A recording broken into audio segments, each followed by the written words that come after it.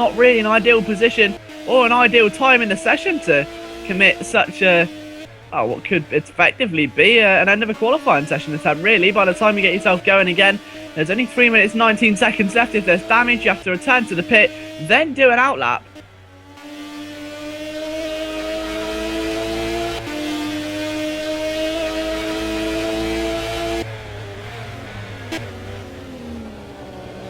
So still it's Dimitri that has that big deficit, but B13 has got a bit closer in all honesty.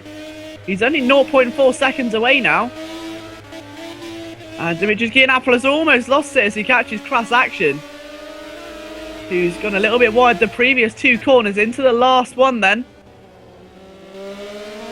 And Dimitri with a little bit of oversteer, nothing he can't contain.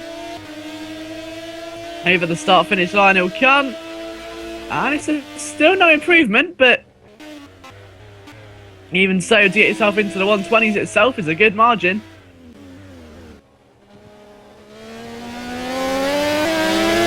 So 2 minutes 20 seconds left, and the majority of drivers having completed 5 laps of qualifying. The order currently sits like this. Dimitris Giannopoulos is your provisional pole sitter going into this final 2 minute stint. B1386 second, Brenor in third, Lazarus 16 in fourth, Mr. PAP 5, Demagico P6, WTTNN is 7th, Jekyll 66 in 8th, Engage inherits 9th place with Crass Action rounding out the top 10, 11th is Reckon, 12th Andy Bob, 13th Litos 76, and 14th will be Jim Hall as soon as this session comes to a close. So wait and see if there are any late changes.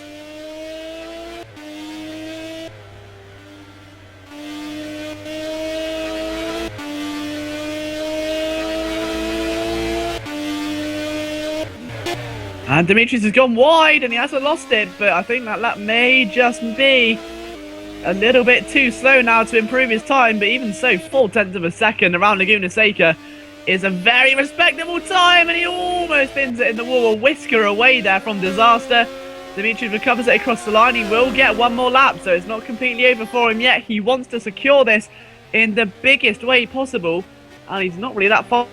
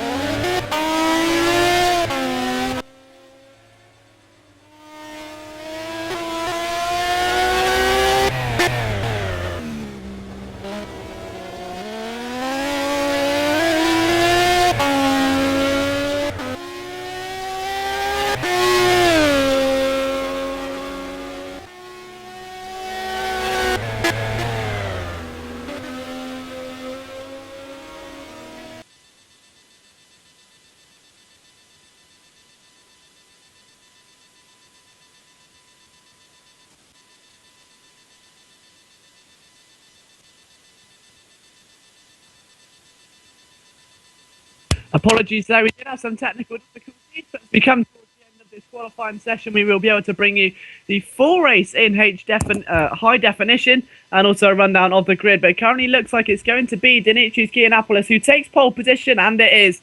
We'll be back with a full run through of the race in just under a minute's time, including a full warm-up lap. So don't go anywhere, we'll see you shortly.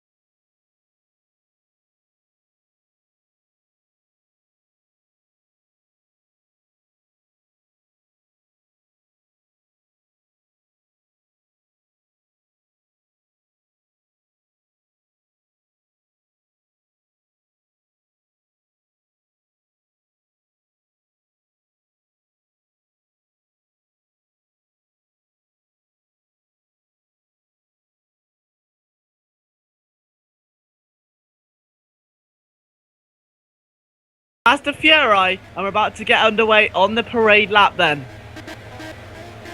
So the drivers gives us a bit of an opportunity to run down the grid for you then. So as they leave the line, got to be very careful of each other, of course. You've got Dimitri Giannopoulos, who's taken pole position in what has been a very effective qualifying session for him. He really did dominate it from about 3 minutes into the session, so with 7 to go, really didn't look like he was going to be stopped. There was a late comeback from B1386, getting that gap down to 0.4 of a second, but overall, there was no one that was going to stop the charge of Dimitris Giannopoulos, and he's a man who we've seen really take the fight to the top stars here in the Sunday race-offs over the past few months, and it's great to see him now finally get that pole. Having competed in many different Sunday race-offs, from the Evos all the way to the very top one, he's done such an impressive job. And it'll be great to see him highly rewarded for that today. He's got himself a pole. Can he get himself a race victory? 20 laps is what stands before him around the Laguna Seca circuit, and arguably one of the most intriguing cars in motoring history.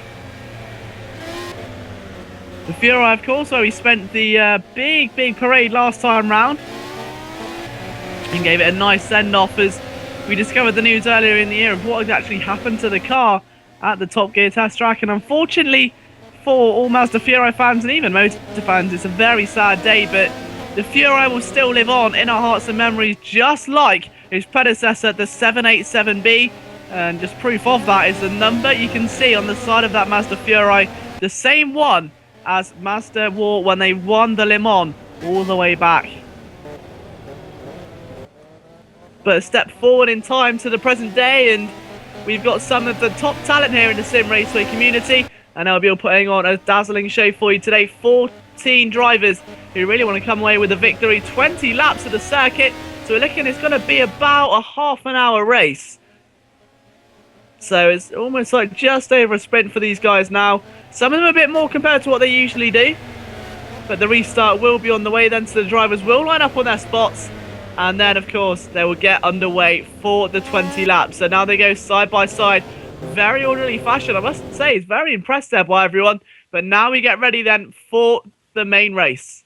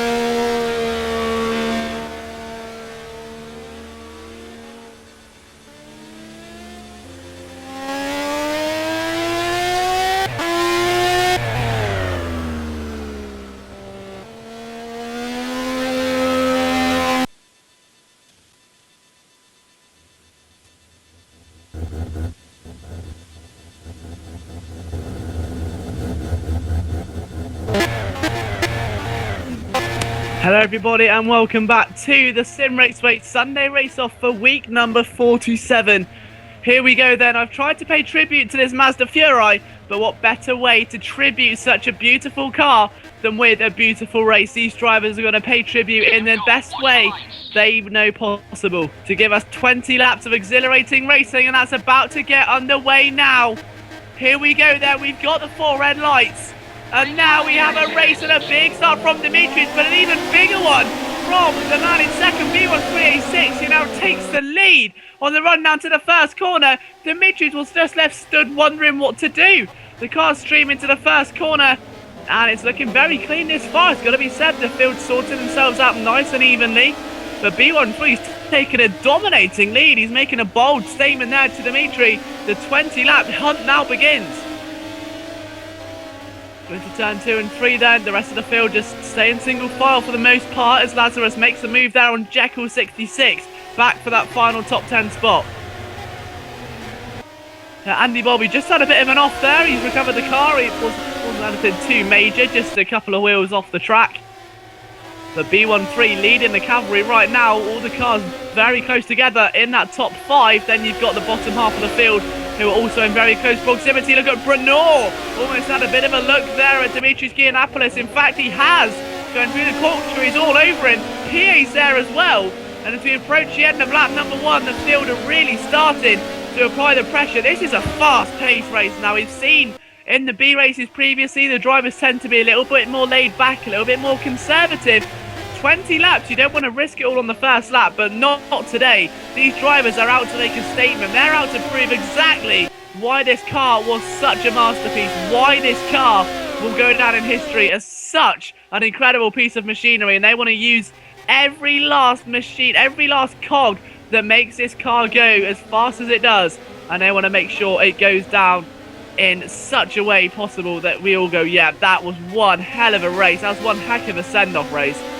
And you can really see it already. It's a really fiery start by the majority of drivers. As Crass Action had a bit of a battle there as well. Jim Hall and Andy Bob also going underway. Litos 76 has actually lost the rear wing and turned that car into what looks like a vehicle from Tron, I think, to say the least. I think he's going to have to try and recover that one to the pits because the lack of downforce on there is going to be almost unbearable. As we check back towards the leaders, B1386 now is 0.6 of a second over Dimitris Giannopoulos, so that gap now starting to increase slightly as time slowly starts to wear on now. We're on the halfway through the second lap, and Brunor PA still there. DeMagico starting to catch him. Then take a look at what Lazarus is doing as well on the back of WTTN M1. Now those guys are getting very close very quickly. They come towards the end of lap number 2 now. Very early break in there from WTTNN. And Lazarus will surely try and take advantage of that into the final corner. Takes a little bit too much apex and unfortunately can't get anything to go. But as they cross the line for the second time, then B13 now with a 6-point.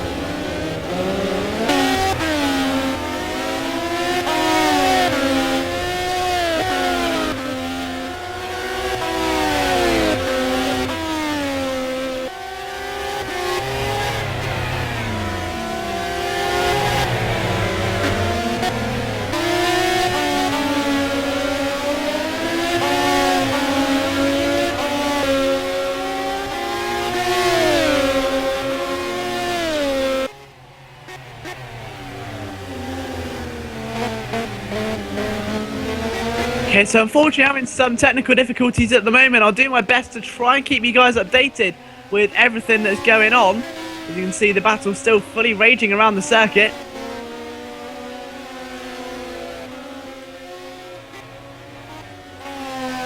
So the driver's just coming towards the end currently of lap number 3.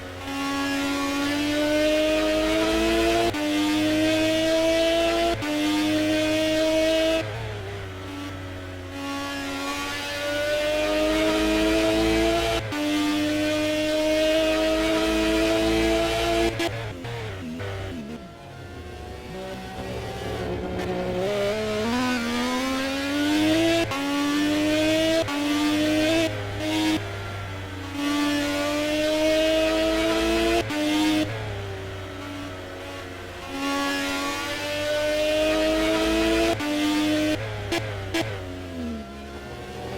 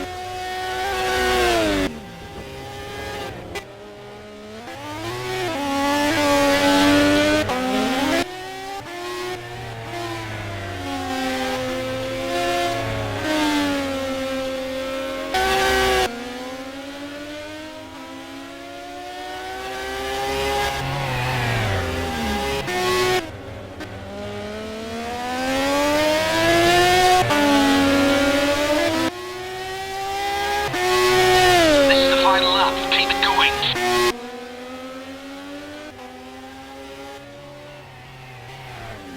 This is the final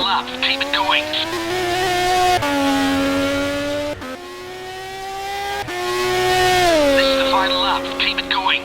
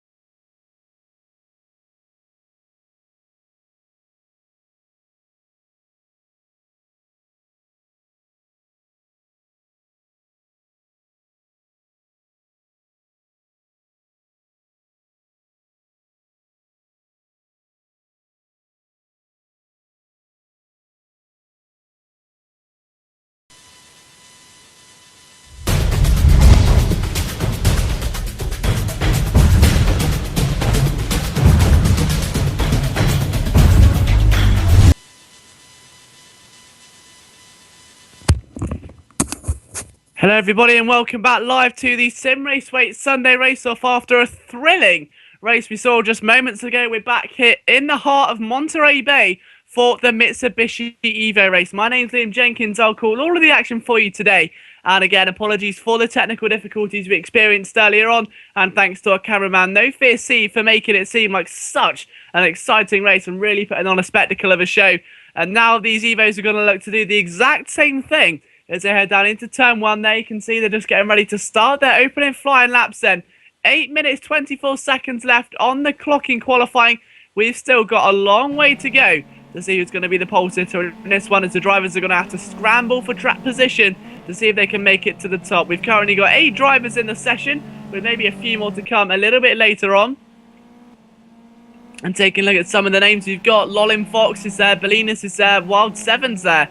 Arceo and Suzuki have become regulars along with Mergia. And we've got 2 new drivers here to the Sunday race-off, both Ahui and Mammal as well. So we'll see how those guys can get on in their debut races right now, of course, without any times being set. It's too early to judge on their early positioning. However, Ahui's just coming towards the midpoint or so of his lap now. So with every single driver on track, we're just waiting to see what those first qualifying times are going to be like.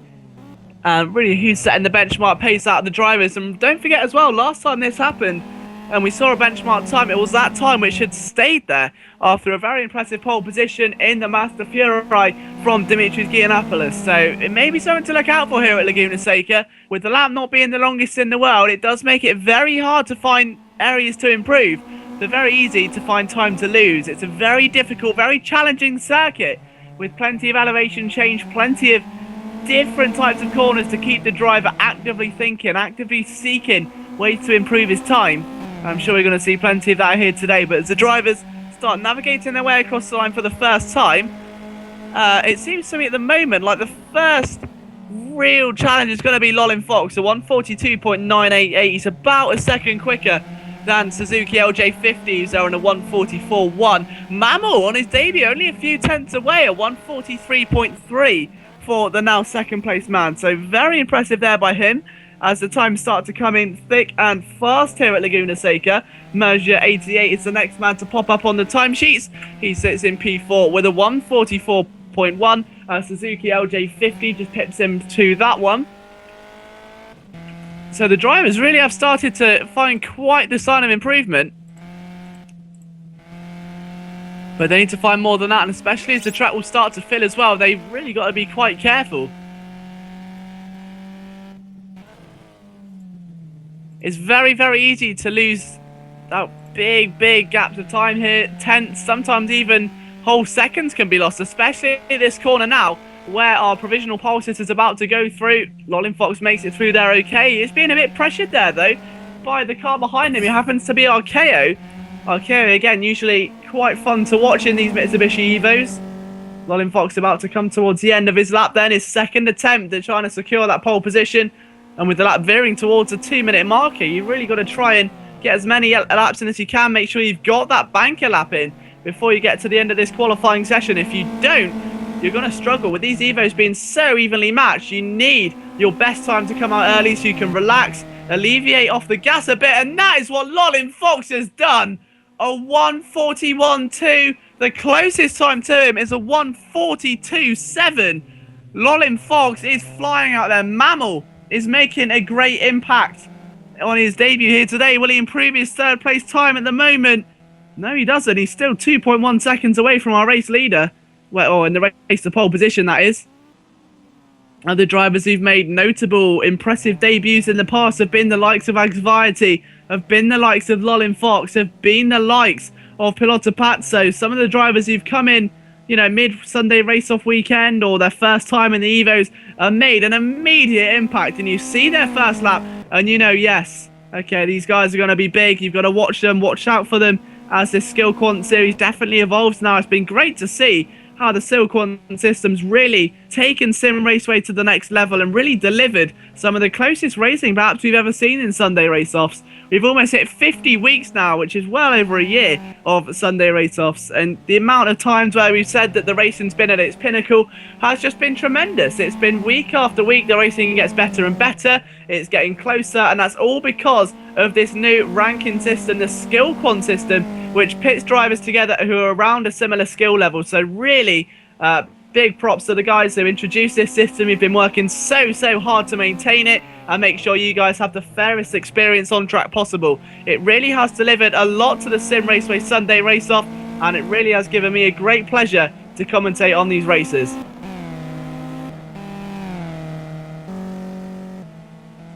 But as we take a look then, we're around 3 minutes to go in the qualifying session, and a couple of other drivers, notable appearances there who've joined the fun. We've got, of course, Ragster, who's just joined.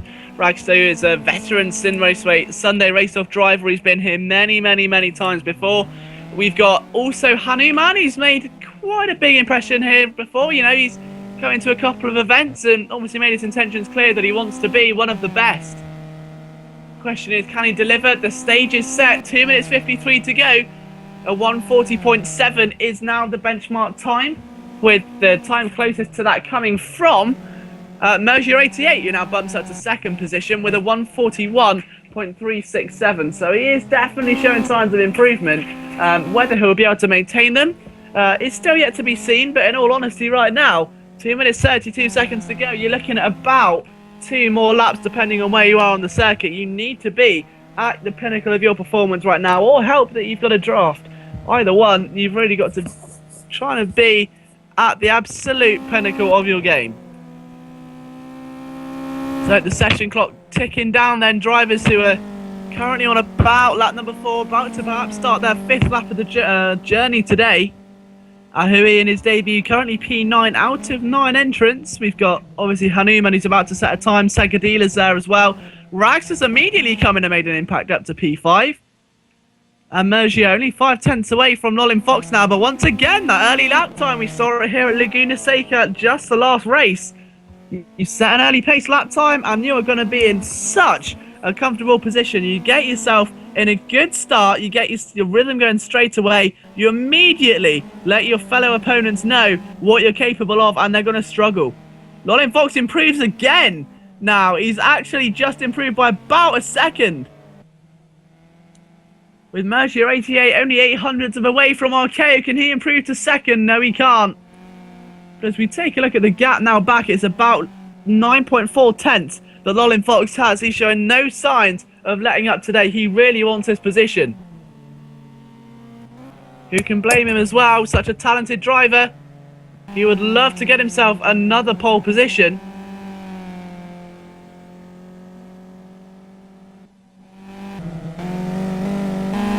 Question is, can he achieve it? He's back in the pit lane then, so obviously feeling that he's done enough perhaps.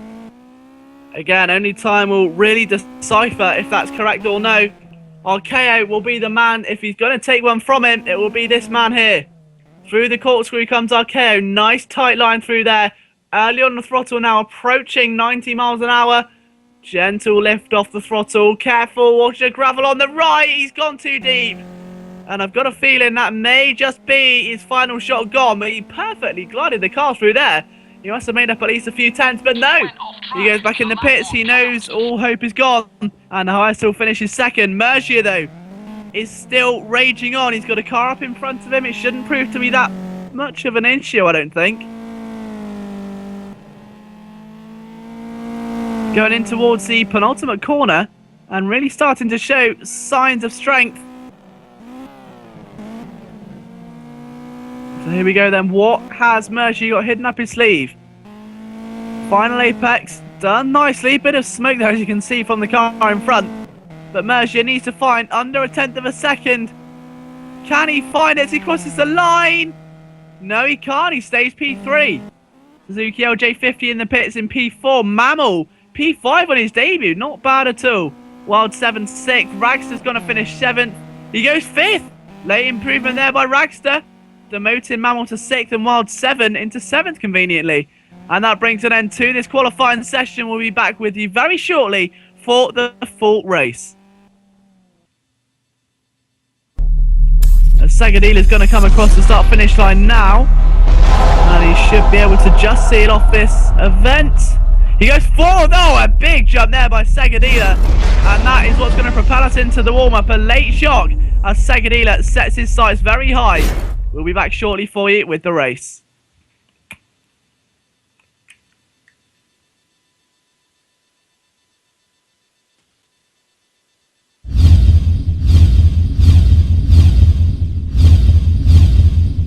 Seventh conveniently, and that brings an end to this qualifying session. We'll be back with you very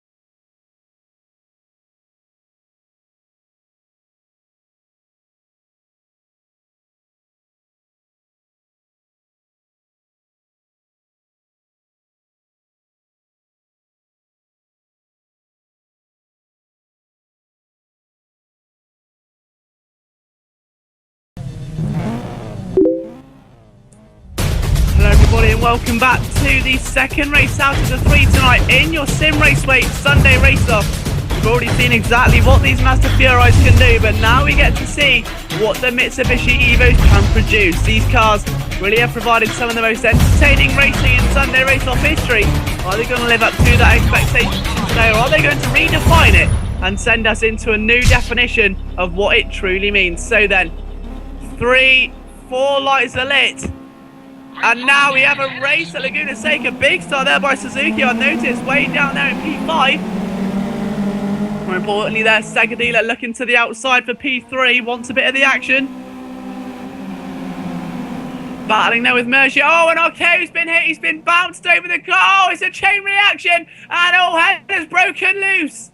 And these Evos have somehow maintained it. All hell had broken loose, and it seemed like someone had come up from hell and said, actually, guys, you missed the date, you're due up. You got to come back down for a bit now. Devil wants a word. And now it seems that all the cars have got back into a fashionable order and resume racing like nothing's ever happened. A huge incident has just been prevented. So a massive well done to all the drivers for avoiding that and almost chain reacting is to bumping people back in the right direction. So great sportsmanship there by the guys, and to not protest or anything like that.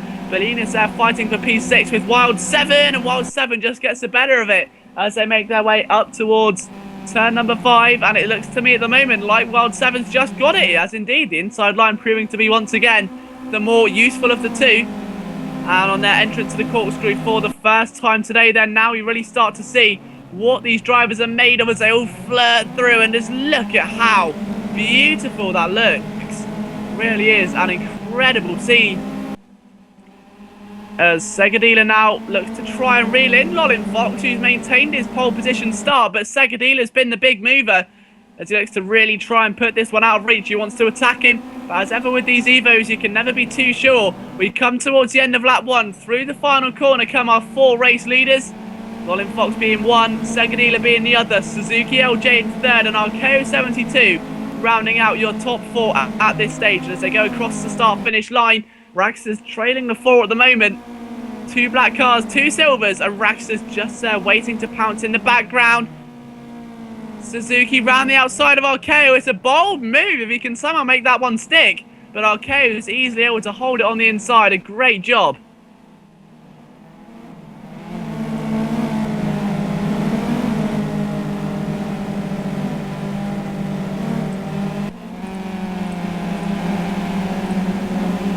And you can see Segadila kicking that back end out already though. Bit further down the field then. It's still all kind of love and war down there at the moment. All the main actions going on up in that front battle once again. The top half of the field providing to be the more eccentric at the moment, as Segadila again now looks to come under a bit of pressure from Arceo 72. Luckily he's able to hold on a bit, but Arceo wants absolutely none of it. And as they all come up towards the top of the corkscrew for the second time out of 15 today, Segadila's almost got a Segadila snake going on behind him, hasn't he? He's got Lolin Fox away and he's taken that corner all wrong.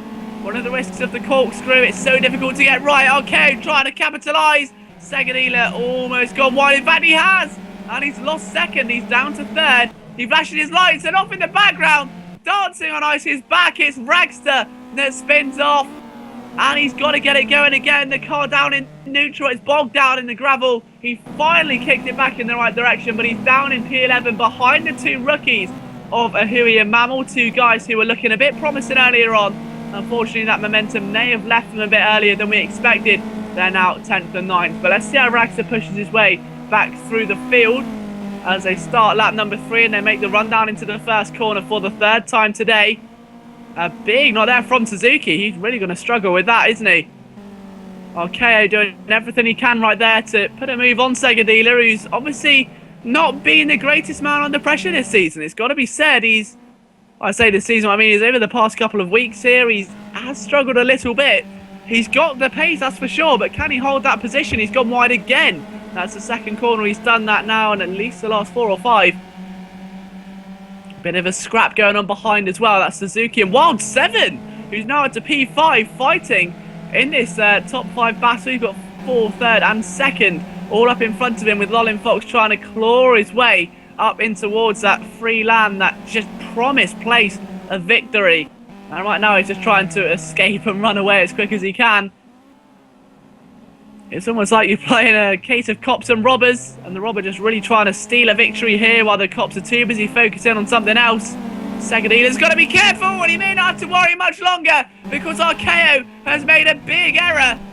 And he's pirouetted off. He's got to spin that back round. It's not really safe to do so. I'll be careful there. And Handyman almost took a big wallop indeed. And well, he did that the most fashionable way possible. It was like a Fast and Furious film, the way he spun that car back round. But now he goes down to P11, which promotes Raxter up to 10th, Ahui and Mammal now, respectively, up to 9th and 8th.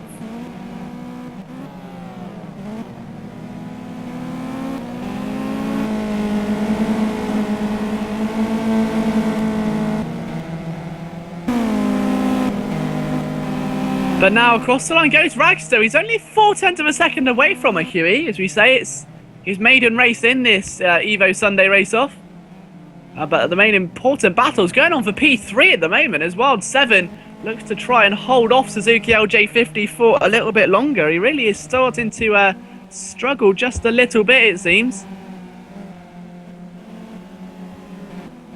But 3rd place for Wild 7, that would definitely be a good result to put down on his Simraceway CV, I can tell you that for sure. And as they make their way up the hill once again, just behind is a battle there with Bolinas and Mergia.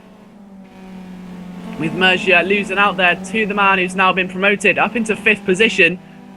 Got the car a bit sideways there upon the entrance to the corkscrews. Mergia now looks to his inside to try and capitalise on that error. It'll be a bold move into the corkscrew, that's for sure. We'll be able to make that one stick. That's a huge attempt. Oh, and he's done that brilliantly. Mergia 88 move of the afternoon without a shadow of a doubt. That was simply remarkable. So, massive well done there. That took nerves of steel. to pull a move like that off. Really did. You don't really see it very often either, but when it does, it truly is something exceptional.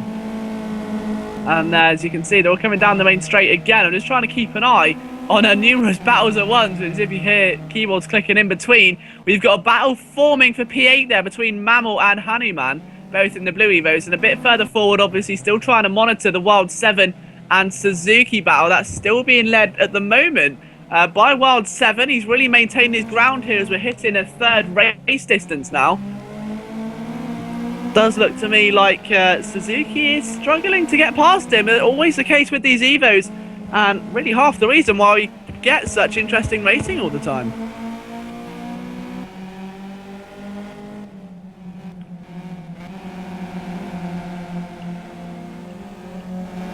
A nice trio of a battle there, though. He said it was forming, and now I think the storm clouds are overhead, because look at Mammal under pressure from Ragster, who's on a desperate charge.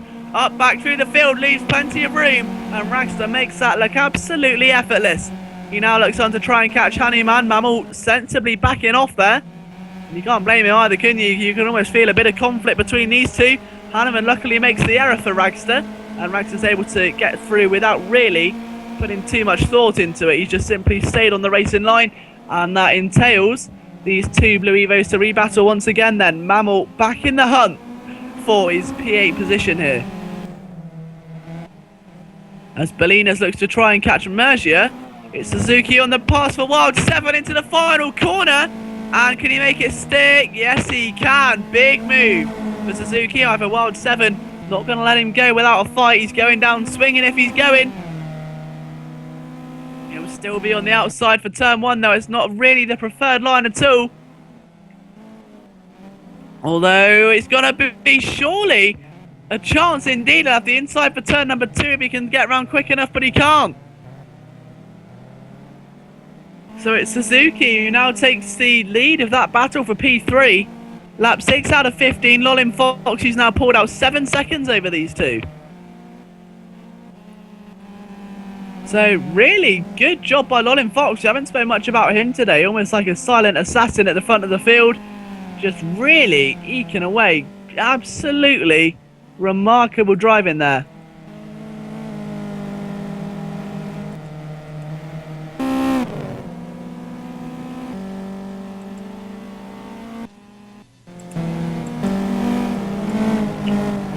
But as we come towards the halfway mark of the lap, Lolin Fox just popping over the top of the corkscrew. Mergia 88 really starting to reel in these two cars now from 5th place. Maybe fancies himself in the hunt for a podium position. Who can blame him either? He may go a bit wide there. That almost ended a lot more differently than we first expected. But Bolinas is not too far away either. He's catching these guys, just really trying to stay with them and wait for the opportunity to come to him. And again, you can't really blame him on that one, can you? So the battle seems to me like it's died down a little as they go across the start-finish line to start lap number 7. So we're almost halfway through this already exciting race here today in the Mitsubishi Evos. A bit further down the field then, I'll give you a quick rundown of the order. So Lolin Fox in first place now with 5 seconds over Segadila, who's pulled out a further 4 over Suzuki. So great job there by Segadila. Suzuki LJ50's in P3, Wild 7 P4, but really trying to reel him in and stay with him. 5th place Mergia 88, 6th is Bolinas, 7th is Ragster after starting a little bit further down the field. He unfortunately got off to a bad start, a bit of an incident coming out of the corkscrew. And he's now back up to P7. 8th there, Hanuman. 9th, Arkeo. Down to 10th and 11th are our two debutants of Mammal and Ahui. And they are not your runners for the race today. Although Hanuman's just received a penalty. I wonder what this is for, if this will get revoked, or if he will in fact dive into pit road come the end of this lap. He's about a quarter of the way through the lap, which doesn't really help him.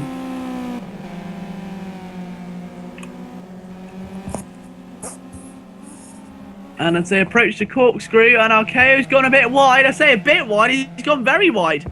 And he rejoins, and he's got to be careful, because Mammal gets past him. Indeed he does. Arkeo down to P10 then, so things aren't really looking as bright as they once were for our KO72, who's now got a mighty task on his hands of getting himself back up into contention for a top 5.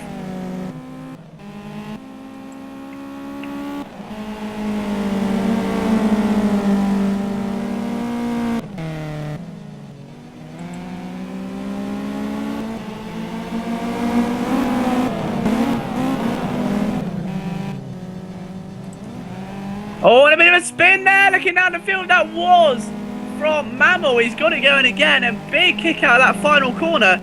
Seems to me it doesn't matter if it's the Evos or the Furies or pretty much any car you put on here. That final corner is treacherous today.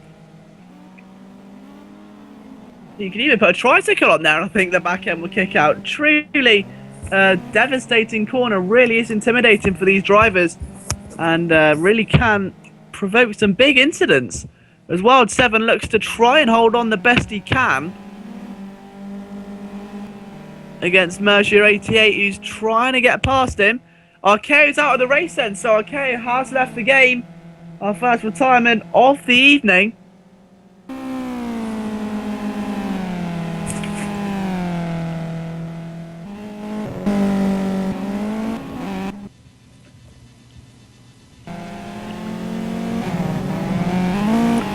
Wild 7 just taking a look on board with him there. He's doing a much more aggressive line, especially into this final section here. You can see Suzuki LJ50 just up in front of him. 2 more corners to go. Nice and early on the brakes, but look how early he gets on that throttle.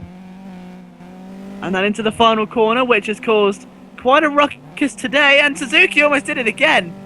That's exactly what we're talking about. There's a little bit of grass there. It's happened again almost.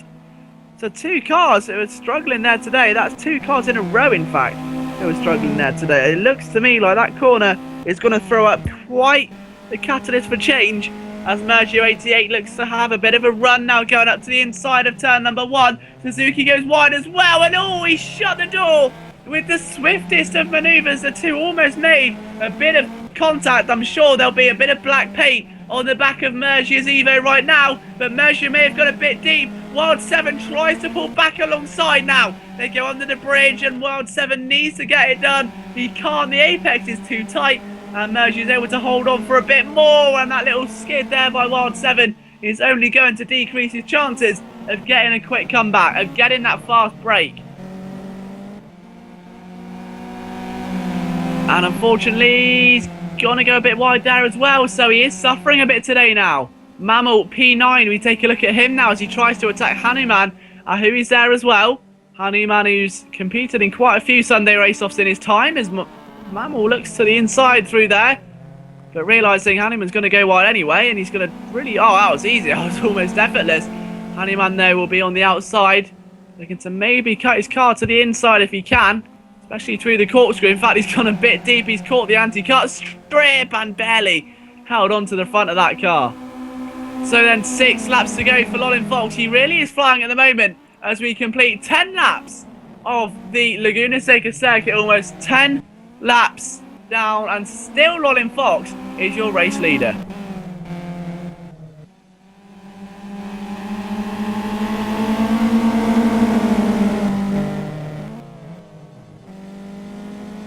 So a quick position update then is Lolin Fox that still leads. Secadilla only 7 seconds adrift. He hasn't totally lost sight of this.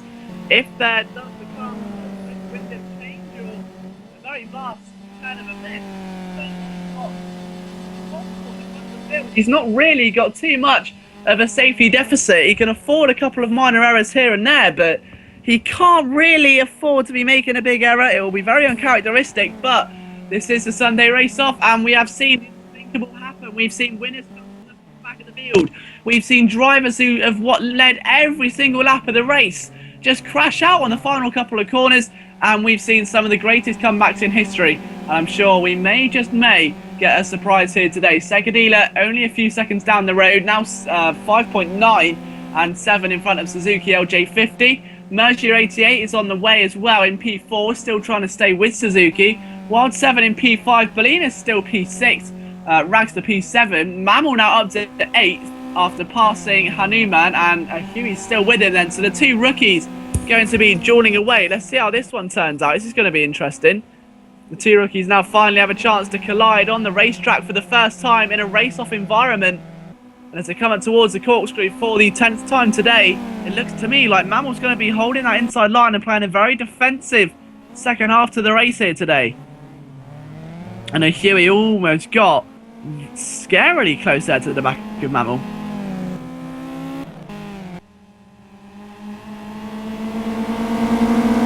Couple of corners to go. And right now, it seems to me like Huey's really trying to get the most out of that car. He's gone sideways the last two. So, obviously feeling like he can get more traction that way. And obviously, you may be right. He's only a few tenths away from Mammal at this stage. So, the two aren't really separated by a lot. He flashed his lights there. Now, maybe that was unintentional or something. But even so, across the start-finish line they go. Lap 11 of 15 about to get underway. So, now 10 laps have been completed. A further 5 need to be until we come to a conclusion here at Laguna Seca. And we find out who the true winner is here in this Mitsubishi Evo race.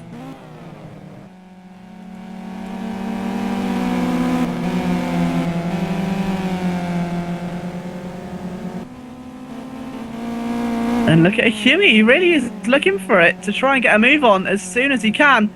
Time running out very quickly for him, as you say. We've only got a few more laps to go until we come to a conclusion. And Lolin Fox goes a bit wide. He's done well to hold on. The gap's already come down a couple of tenths. It may have come down a couple of tenths more. Into the final corner he goes, but he struggled there, and Segadillo got a much cleaner run. I reckon that gap may be just under 5 seconds, perhaps. It still showed up as 5.6, so somehow Lolin Fox hasn't lost that much time from this.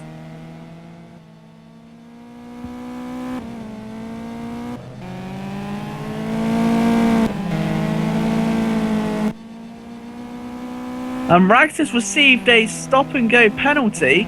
I'm sure that may get revoked. We'll wait and see. Across the line he goes. He's currently chasing Bolinas. As we say, he's back up to P7 after dropping to 11th. After being involved in quite a big incident coming off the turn number 1. There was a huge, almost pile-up at turn 1, where somehow no one retired, no one took damage, they all carried on. It was quite remarkable. You see, seeing these big incidents at the first corner where 2, maybe 3 drivers retire and another one drops down the field from the start. But no, or they stayed in their respective positions. It wasn't like a big deficit. Really interesting. And these drivers have done very well to maintain their composure.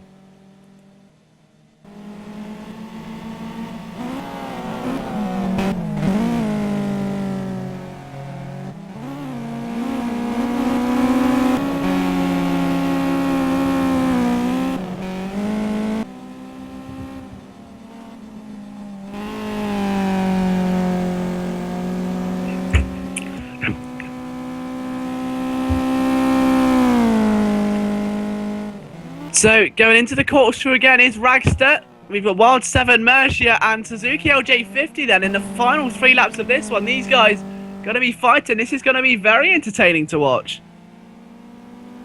It looks at the moment like Wild 7's a little bit far away to make an impact, but to me, the main battle's between these two, and it has been the majority of the race. Suzuki and Mercia 88. The two drivers have almost been Siamese twins. They have been that close this race. Lap 13 out of 15 then. 3 laps to go, and they're 14 seconds away from Lolin Fox. And just been confirmed there that Ragster's penalty has been removed, so Ragster will stay continuing as he is. Which means his chances of a top 5 have been slightly reignited here. He's only P6, 8 seconds away from Wild 7. If he gets in a battle with those two guys up front, he's going to catch them very quickly, especially with both guys going wide. Mercia now trying to attack Suzuki. It'll be a late move. He's on the inside, plenty of time to make his mind up. Suzuki swiftly again shutting that door with a lot of authority.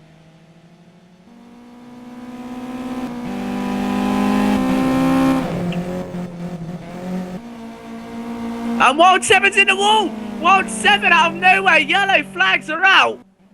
What has happened there? He's missing a front left wheel. It looks like something out of an action film. What has happened to that car? He's trying to get it going. I think that may be they can see the wheel off in the background. And he's returned to the pit lane. I think that's coming off of the corkscrew. If I'm not mistaken, that may be... That's tricky to pinpoint, actually. I'll try and figure out what exactly's happened. Was there contact with another driver? Who he's gone off? I don't think that was another incident, but Wild 7's after the game. And out of nowhere, the car's dropping like fries. And it's really difficult now. Out of nowhere, the attrition rate has soared. Penultimate lap to go. And I'm still so... But that's all right now. Another car's gone off there. And that... Oh, it almost swiped. Was it Hanuman? Hanuman for dancing on ice. And unfortunately for him, he's missed out on 8th place. He was a second away. But that dream has now been dashed. But Wild 7, strange. I think that may have been surely it must have been an internet issue for him. Because he was looking so competitive. And Hanuman's gone off again, so maybe it was an incident between those two.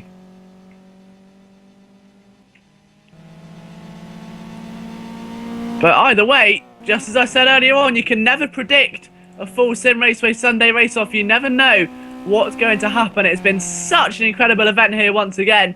And as always, thank you so much for watching. It's been so exciting to call this one.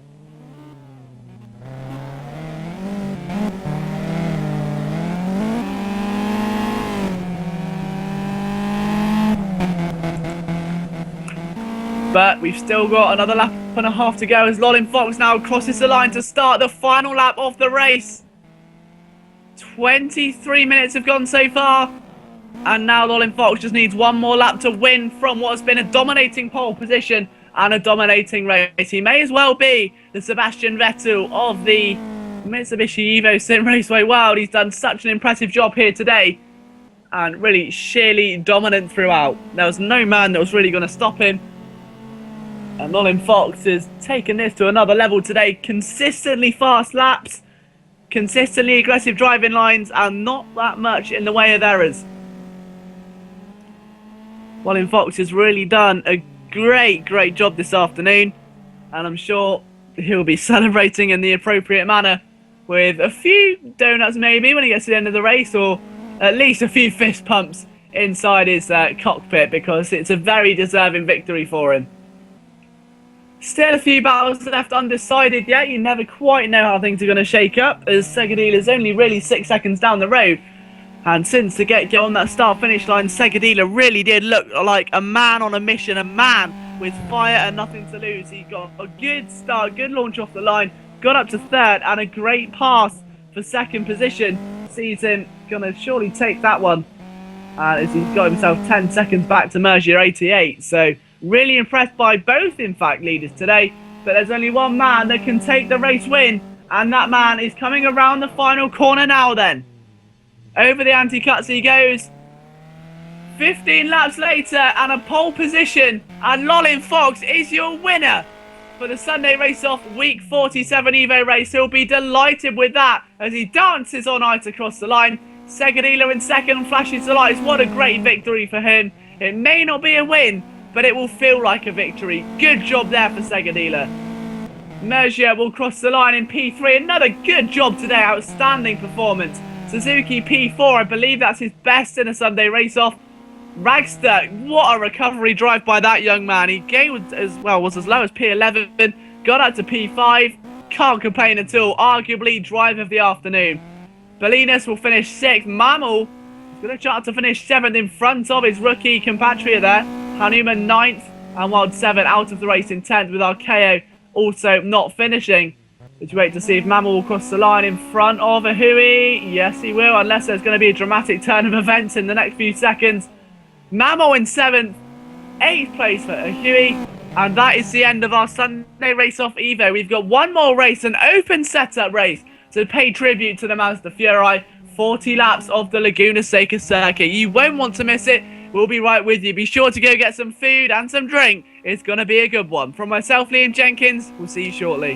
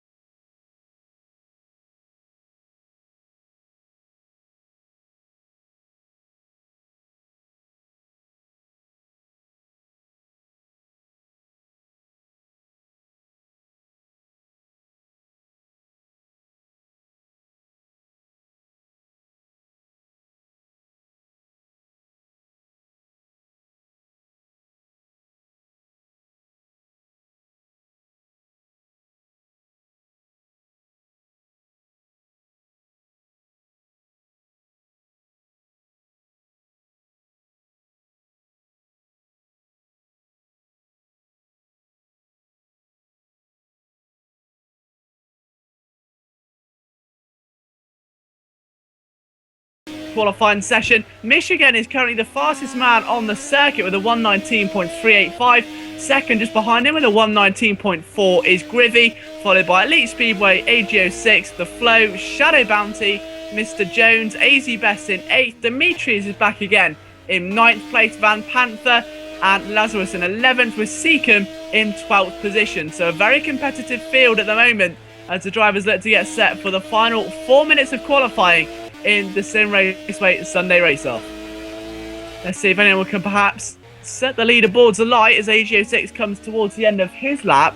Let's see if he's going to be able to do anything with that as he comes across the line. And he goes third, so big already improvement there from AGO6. Looks to really make an impact here today. He's definitely going the right way about it, isn't he? Let's see how he can go from a bit later on.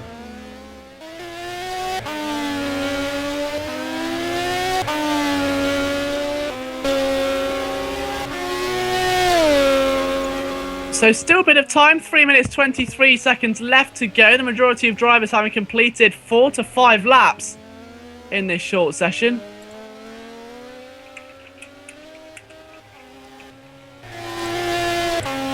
I was quickly taking a look back at exactly what's going on in regarding sector times. I mean, overall, it's not looking like it's going to be a spread out session. I mean, we've got 3 cars inside the high 119s. Then Elite Speedway 120.2, Mr. Jones a 120.5, a 120.6, a 120.6, and a 120.8. That midfield is going to be ridiculously close as we move on into the warm-up and race session a bit later on. But honestly, this is really going to be quite interesting. 30 laps, we saw a 20-lap race earlier on, and how a much immediate impact that had on the drivers. Can anyone else get themselves into a 119? You're looking at Elite Speedway to be really the next man to do so. He's coming through the final corner now. He's the closest man to it. He's about a second away from our current pole sitter Grivy at the moment. Across the line he goes, and there's no improvement. He stays P4.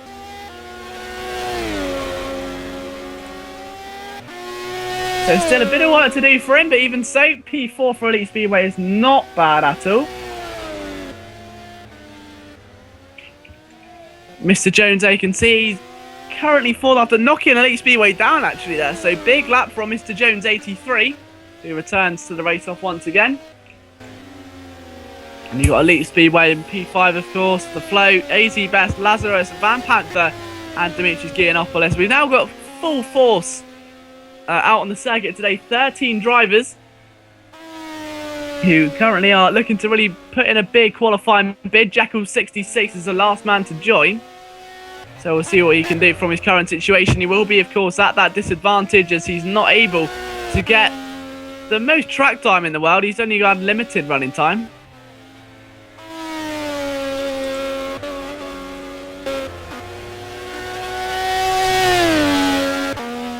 But as you take a look at Michigan, who's just taken provisional pole last time round after claiming it back from Grivy. 1 minute left in the session, and Michigan will get another lap.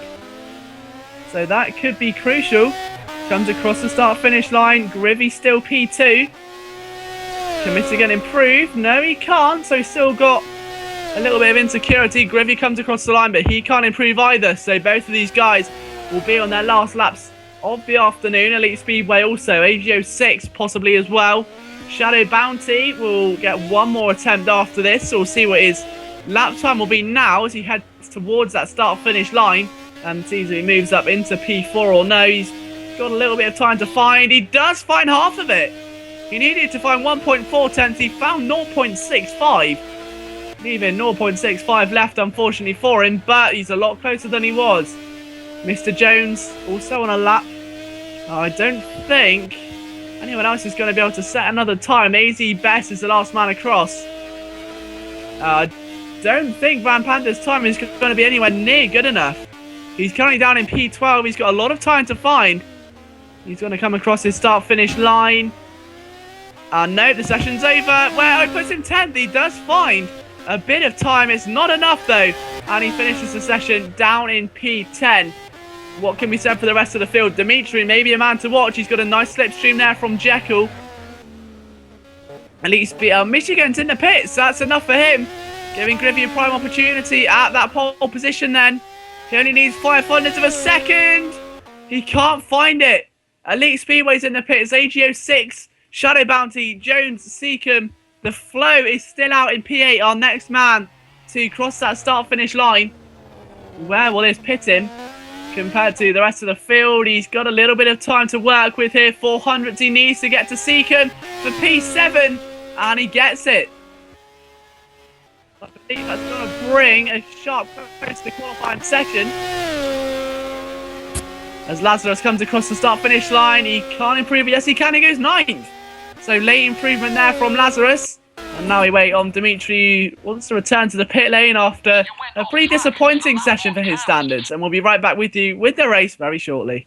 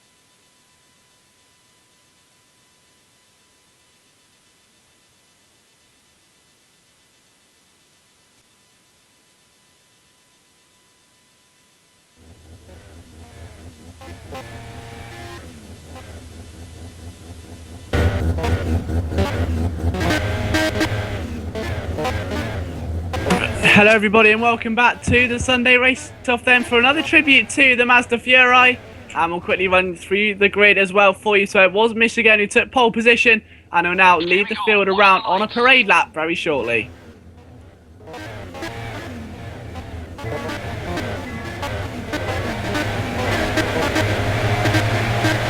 Green flag, hit it! So away they go, and a poor start at the back there by a couple of the drivers, but it all fizzles out luckily enough, so they can see then 14 Mazda Fury streaming towards that first corner, and a sight which I'm sure so many motorsport fans would have just loved to see.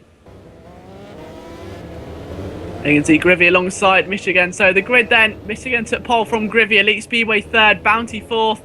You can see as they run down into turn one, the brake lights come on. Just look how beautiful they are, those controversial brake lights, the ones which caught the attention of so many thousands of people who wanted to see more of this iconic car, more of what it could do.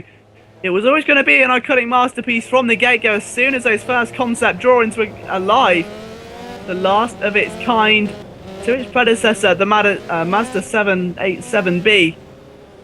And unfortunately, after being burnt in the fire, the only way to really experience this car is on Simraceway. So if you really want to get a feel for how the Furai would have driven, to how those blue lights would have come on at the front of the car, to how those brake lights would function as you go ploughing through the gears up onto the straight here at Laguna Seca, then this is the only way to do it. You can purchase it here. It was free for a limited time. And as the cars make their way to around turn number 4, turn number 5, the iconic cars just look absolutely beautiful.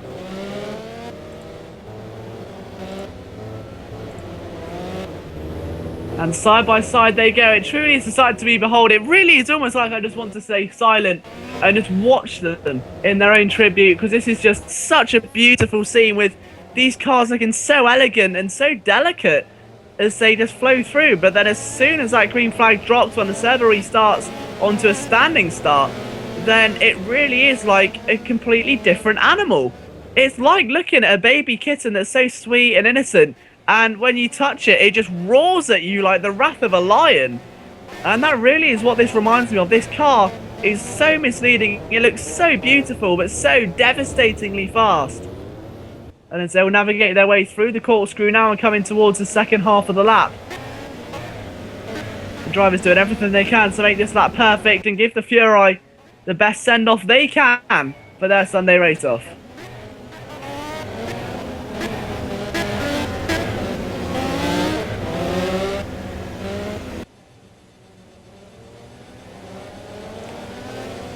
And so they approach the final corner for what could be the start of the end for some of these drivers, or the start of something absolutely brilliant. Who's going to be the winner at the end of these 30 laps? There's only one way to find out.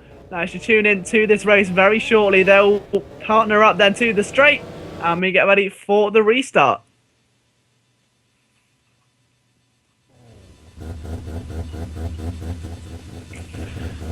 So now then, here we go. This is the official start. There's not long left. 25 seconds until we go racing here at Laguna Seca. Question is, who's going to be the man coming out on top? Who can master 30 laps of such a challenging circuit?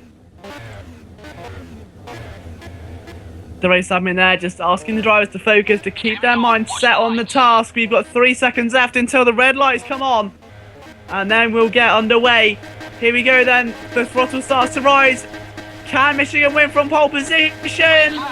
He's got an equally good start as the man next to him in P2. It's got to be said, Griffey has had an equally good launch off the line as he looks to the inside. He's darted to the outside in the late move and trying to find a move, anything possible, to get himself into the lead. And he's looked like he may have a nice little run here. Unfortunately, hasn't really been able to capitalise on any mistake. It's Linus Stern. A very safe start by all these drivers. No one's really made a big error at all, except for perhaps Jim Hall right at the back of the field, but the rest of the drivers have got away absolutely perfectly. And Michigan leads that front trio away. He's being followed, of course, by Griffey and Chavo Bounty, who are really starting to apply the pressure on the back of that Mazda Speed rear wing that Griffey so desperately wants to overtake and get through as soon as he can.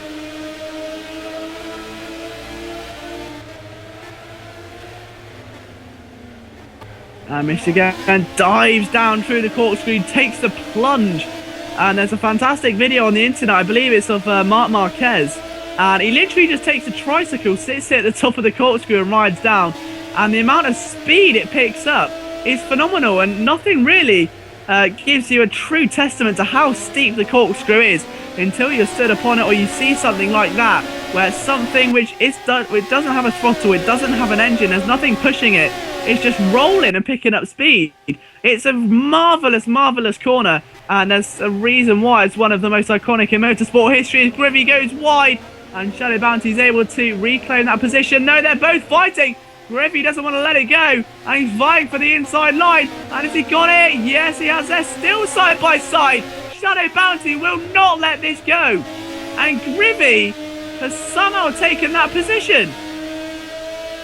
I really don't understand how, but he's now defending on the inside line. Shadow Bounty doing everything in his power, but it's just not enough.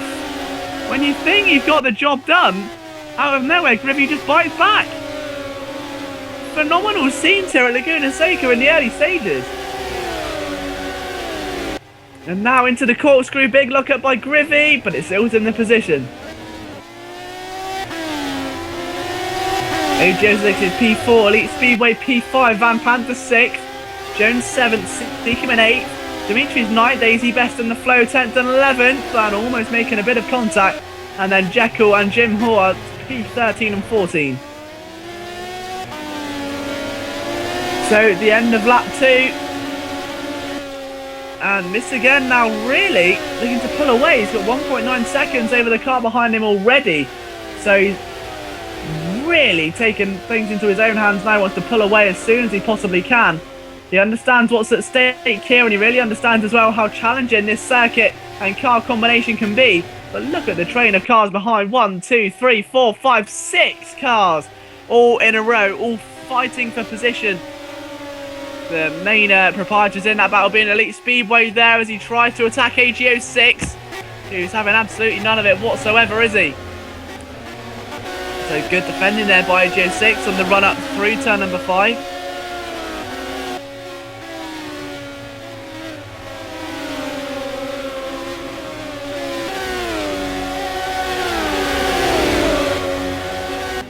And as they make their way into the corkscrew, AGO6, there's a big lockup. I think he's gone a bit deep. And Elite Speedway still can't capitalise. Van Panther tries to though, and they're almost 3 wide it looked like there. That was a spectacular shot. And as they make their way now through the final few corners of the lap, for the 3rd time today, a 10th of the way through this race. Now Michigan has dominated the first 10th. He's still got another 9 parts of the race to go. But even so, the 1.3 second lead after 4 laps is highly respectable. And Mr. Jones now tries to really apply the pressure on Van Panther. Moves to the inside, can't quite make it stick.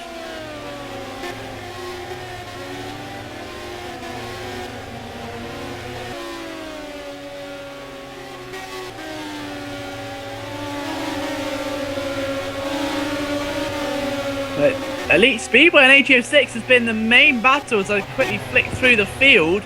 Still in the 3rd position, the 2 separated last time round by 0.2 of a second. And right now, Elite Speedway doing everything he can to unleash the power of the Fury, and AGO6 may have unleashed it a bit too much. Goes a bit wide, Elite Speedway tries to cover. Oh, that's dirty driving by AGO6, I'd say. I wouldn't be happy with that if I was Elite Speedway. It wasn't totally illegal, but it wasn't exactly fair. Really pushing Elite Speedway to the edge of the circuit. He shouldn't have come across that far when Elite Speedway made his intentions clear. But we'll wait and see how things shape out. Maybe Khan will come back round, maybe it won't. We'll see what happens. Into the final corner, the 3 cars go as Van Panther now joins the circuit and wants to be part of the action, it seems.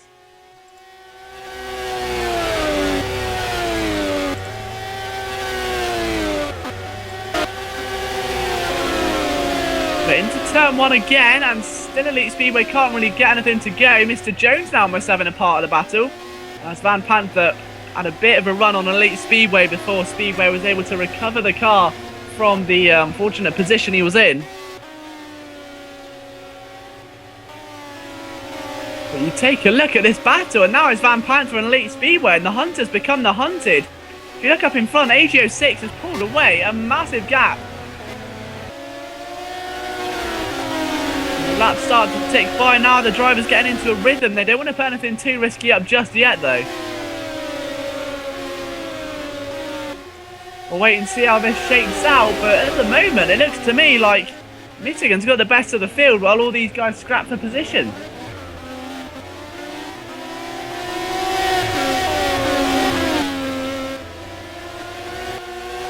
But AGO6, Elite Speedway and Van Panther have been joining away for the past few laps now, and Mr. Jones has joined it. Seacombe's on his way. The rest of the drivers aren't really that far. We're going to see a huge train very shortly. And if you look at the rear wing perspective from Shadow Bounty, you can just see that monstrous army of cars from 4th all all the way down to P11 are in it in some way, shape or form. And it's not really going to show any signs of letting up soon, is it, either?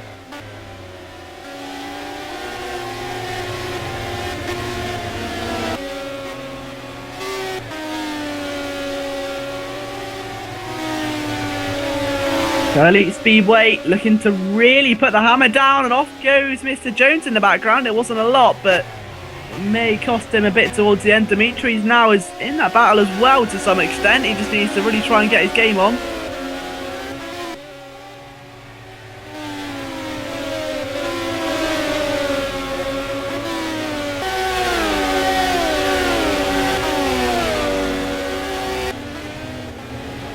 But up to the top of the corkscrew, and it's taking a look at what Dimitri's can produce here, and a big shift in gear there.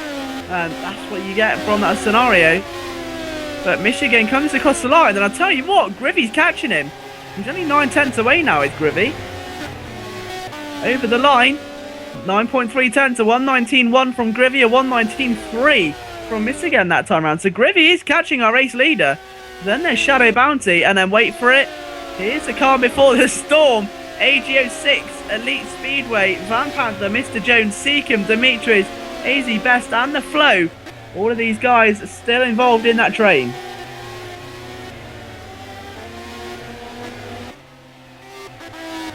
And Seacom and Mr. Jones have started to duel away now, as you can see.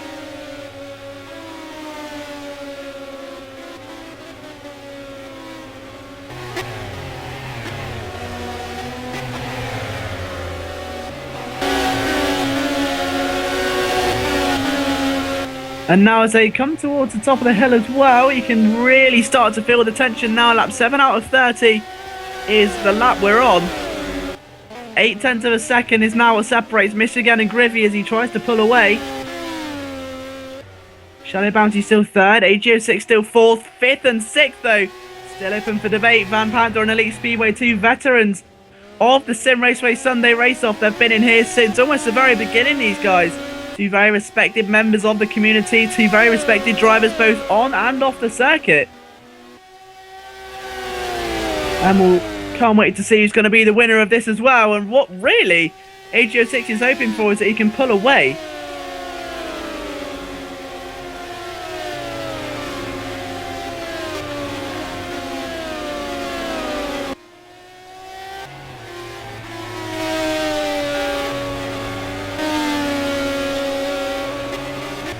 But the battle starts to increase, and a big moment there from Van Panther actually. It's Elite Speedway, you can almost feel he's starting to get pressure again. Can he mount it though? I mean, Lagoon Forsaken notoriously difficult for making overtaking manoeuvres. What can he do through here? It's going to take something quite extortionate to get a move through. Van Panther's not exactly the easiest driver in the world to get past.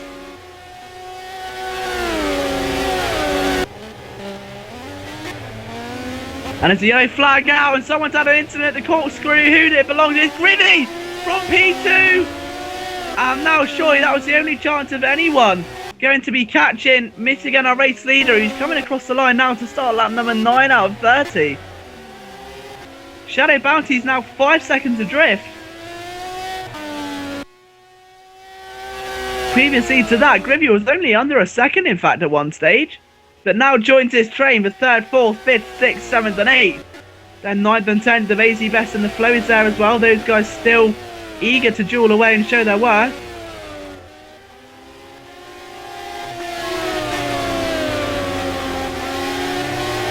But only time will tell who's going to be the main winner and losers of this race. We've got a car out of Jim Hall, who's our first retirement of the day.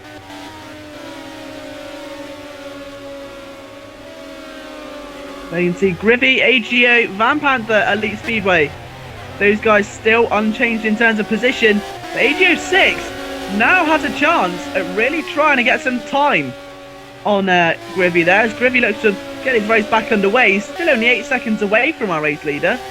But you can't blame him. Why not go for that extra position? Why not try and keep charging? Because we're not even halfway through the race yet. We're just almost hitting the 3rd race distance. I'd say go for it. There's no need to start changing driving styles yet. There's still plenty more to play for.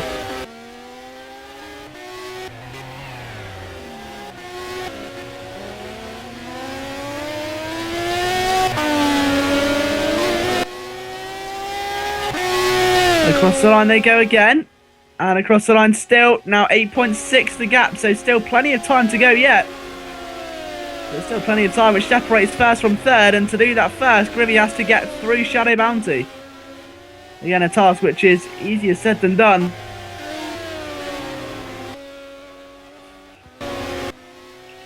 But Van Panther still struggling. Elite Speedway still can't find a way. Mr. Jones still can't find a way. Seacombe still can't find a way.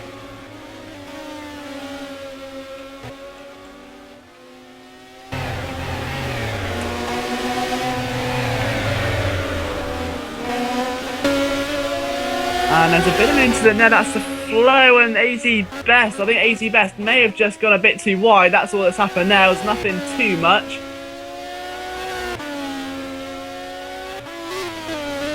Dimitri down to 11th, unfortunately. So a very surprising performance from him, unfortunately. Quite disappointing. A man who really took the fight to the next level. He's got up a division, but again, this is the A race. These are the top 14 guys who qualify for this event. Dimitri was in Division 2, or the B race as such, and it's going to be difficult. It's like putting, a team from the second league in football to facing Manchester United. It's going to be a big jump. But Dimitri still performed well. He had a good start.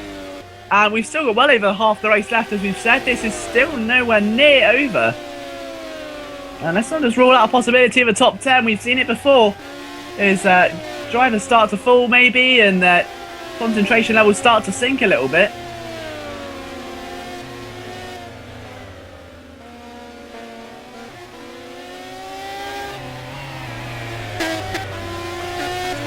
But Michigan is taking this race into his own now. 6.1 seconds is the gap between himself and Shadow Bounty. But the one who we're most really trying to keep an eye on is the one between himself and Grivy. And that's actually extended to 8 seconds now. So that's really starting to take shape. It's starting to move forward. And unfortunately for Grivy, he just hasn't been able to repeat that pace. And I suppose once you're under a second, it is very, very, very easy to start reeling in cars, to start pushing people in, to start getting that slipstream going, to start pushing on the draft, to start going for manoeuvres. As soon as that slowly moves away, as soon as those opportunities start to slip, that's when you're going to start finding issues. And unfortunately for Grivy, with no driver to pull him in, he's got all that hard work to do to find 8.6 seconds. 1:19.2 was his last lap. Shadow Bounty a 1:19.3, so he is going quicker than the car in front to his immediate rival, but not to Michigan, who's currently in front by a lot more.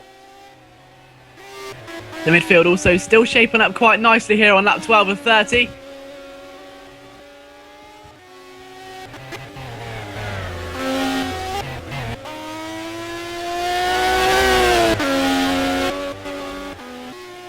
And now as we look, there's a bit of dust mark there going off of turn number 4. So someone's gone obviously a bit wide and luckily not found the barrier or anything too drastic. And talking of drastic, we've only had one retirement so far, so the attrition rate is still very, very good today. So hats off to all the drivers so far who've done a very, very impressive job of making these Furies absolutely furious. Seiko and Jones still joining there over P7. This is a battle we haven't actually spoke about yet. That's sort of been developing over the past 5 or 6 laps. They go towards the final corner now, and Jones goes wide, and that battle may be over before it's even started. Mr. Jones went very wide there, and he has to completely switch driving styles and go into attacking mode to catch Seacombe before he gets away. AGO6 is down to P6. What's happened there? That may have been the marks earlier on. So Van Panther and Elite Speedway have both passed AGO6, who now finds himself just a few seconds in front, 2.2 in fact, in front of 3.2 I should say, in front of Seacombe. So still a little bit of leeway, but by no means is that position secure.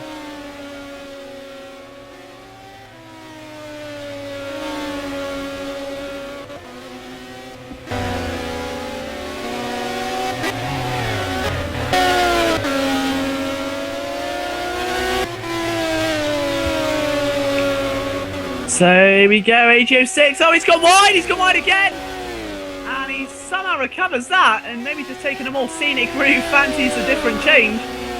And now he pushes wide, Seacombe, and that was a bit aggressive.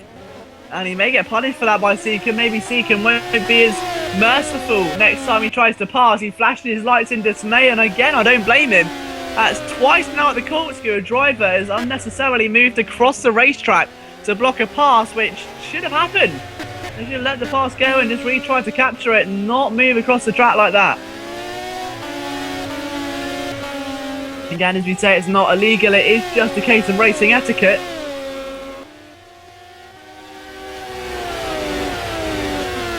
But into turn number 1. And again, still Seacombe needs to try and attack AG06 before it's too late. He's been handed quite a gift there in the fact that it seems to me that Furai is not looking as fast as it once was at AG06.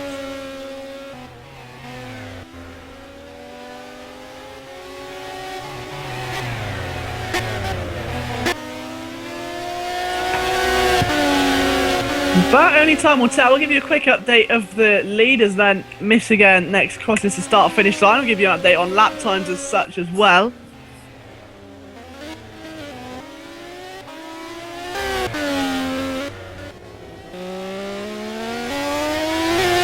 So Michigan's going to go across the start-finish line then. And I'll do a line of 119.107, so very difficult time to match indeed. Shadow Bounty a 119.3 in second, a 119.3 again from Grivy. So he just hasn't been able to match Michigan at all. Michigan's pulled away a phenomenal amount, and it's the second time that I've seen Michigan do this now. Again, a driver who's made one of those immediate impacts and really started to pull away as time's gone on. A really, really impressive young man when it comes to driving, and I'm sure we're going to see him at the top flight of the Sunday race-off, and he'll be here to stay.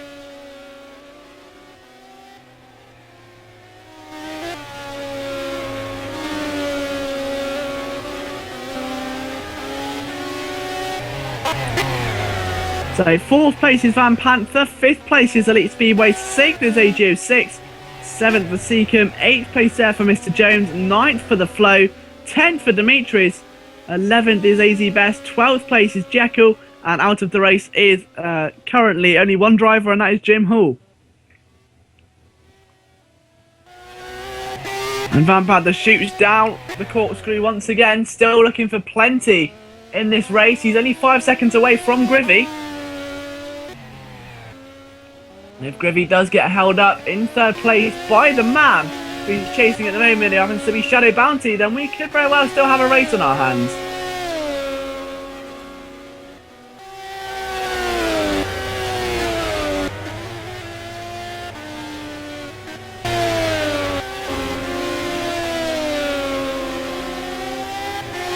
So as we take a look and see what some of these drivers are doing right now and just how they're handling the current situation, maybe the current pressure, Shadow Bounty, more than anyone, is starting to make a few mistakes. As twice in a row I've seen him at that corner, turn number 3, just throw the car a bit wide.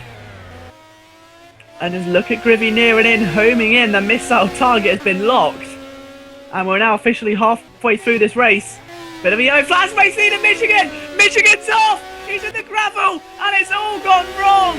He gets the car going. Shadow Bounty is your race leader. Into the corkscrew, ladies and gentlemen. We have a race on our hands. We've said it so many times before in the Simraceway Sunday race-off. Nothing is certain. You can never predict a winner. We've seen winners crash and burn. We've seen drivers rise from the ashes to take flight and get a victory. And we're seeing another incident of that today. Shadow Bounty has been propelled into the lead. Grivy is 2nd again. Michigan down to 3rd. Maybe I put a commentator's curse on it. Either way, that is absolutely remarkable in terms of the situation.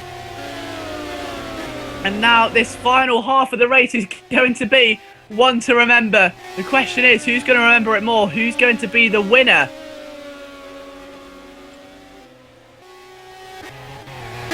Everyone knows how much these drivers want it. Everyone knows how feisty they can get. They really are some of the top drivers here in Simraceway Sunday Race-Off. Shadow Bounty needs to pull away and pull away quick. These are the two fastest drivers at the moment when it comes to racing. When it comes to these Master Furies around Laguna Seca, these are the fastest drivers, and just what an absolutely incredible turn of events this has been. And don't forget, in the open setup race a bit later on, the prize pool for that one will be $130, and there will be a mandatory pit stop just to shake up the action as well.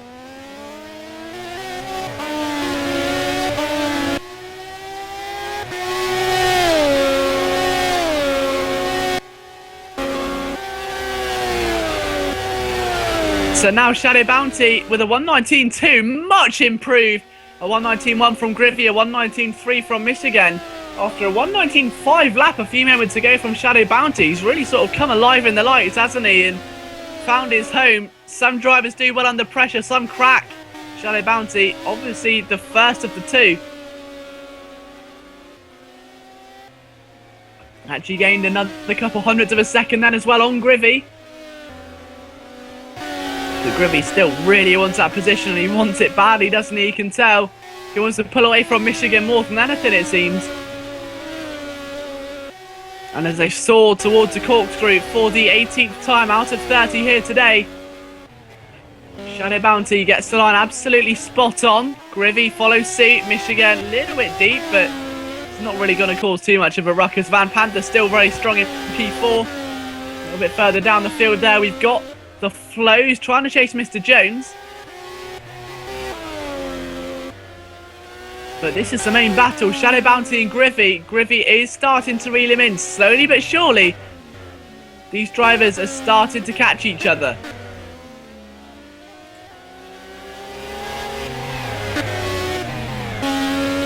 And Mr. Jones is out. We've lost Mr. Jones 83. And he did have a stop and go penalty. I recall seeing that on my monitor. And I'm assuming maybe he just thought, no, there's no chance of getting back into it. He's out of the race then. Our second retirement of the day comes on lap number 19.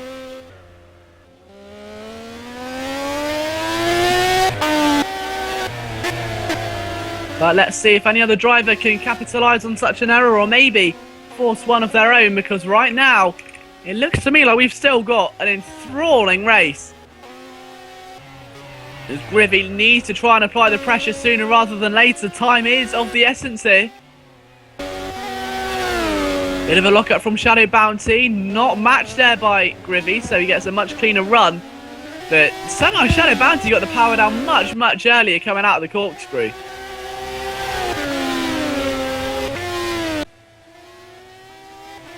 So now going into the final corner again for time number 19. And that gap, I'm assuming, is going to be cut down almost. But Michigan's still staying with these guys. So what must be going through his mind right now after looking so strong in those early stages? His races come crashing before his eyes. He's now watching two cars battle over position. He retained for well over 12 to 15 laps or so. Michigan has been a dominant force in the early stint, and the slightest of errors saw him completely pirouette, once again making an appearance on Dancing on Ice, and now unfortunately dropping back to third position. So he's got a lot of work to do if he wants to get himself back in the lead of this race, but it's a lot harder said than done, but it is doable. He can achieve this. He just needs to keep putting his mind to it. He's only 2.3 seconds away.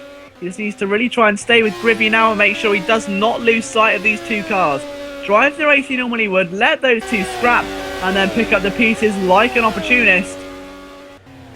And over the top of the corkscrew, once again, they both bounce over the mound and shoot down the drop. And the car's weightless for a minimal amount of time.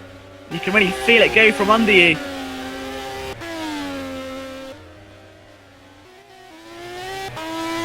But as the drivers look to start lap number 21, Shadow Bounty still is your race leader then. So 10 laps to go, starting now. Shadow Bounty, can he do it? Can he pull off a victory?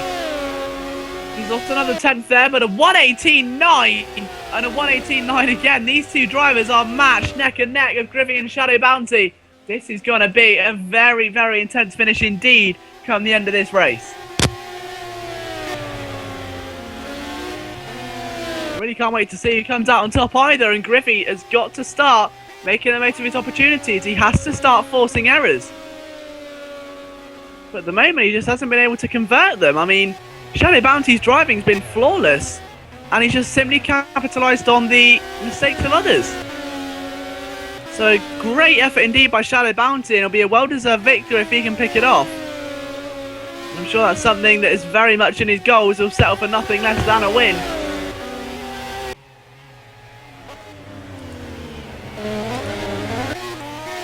But again, now Shadow Bounty tries to take a much more aggressive line through there. He cuts the apex a bit later. And Griffey tries to mirror it. It's like sort of synchronised racing lines here. And it is working. Griffey's gaining. The gap's come down again. Final corner, and look how close he is. Nothing, unfortunately, going for him through this time. 9 laps to go. The gap is a mere 3.89 tenths of a second.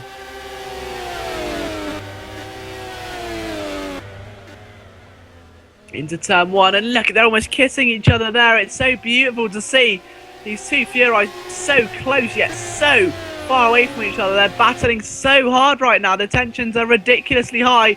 Michigan, the looming threat if they come together. There's your race winner, 11 seconds clear of Elite Speedway.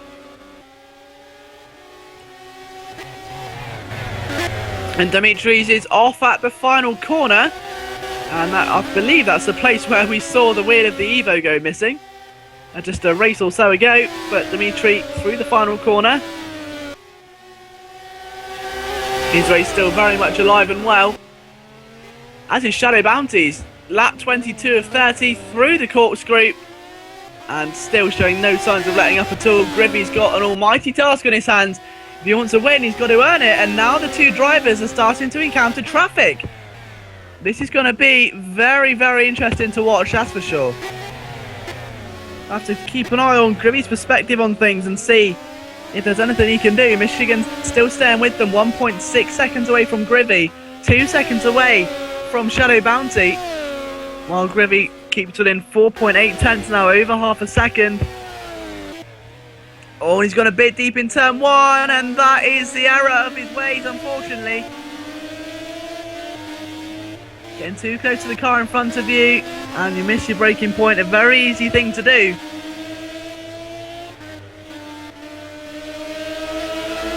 Shadow Bounty goes a bit wide. Griffey follows suit, really trying to literally stay in that draft and do nothing else. As they approach traffic, let's see how this is going to be an issue. I believe that's going to be Dimitris they run into first.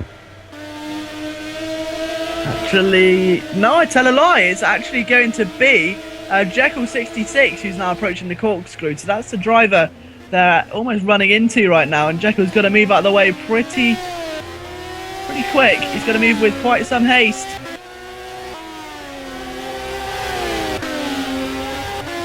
Through the penultimate corner they go once again. And Griffey's still 4 tenths away.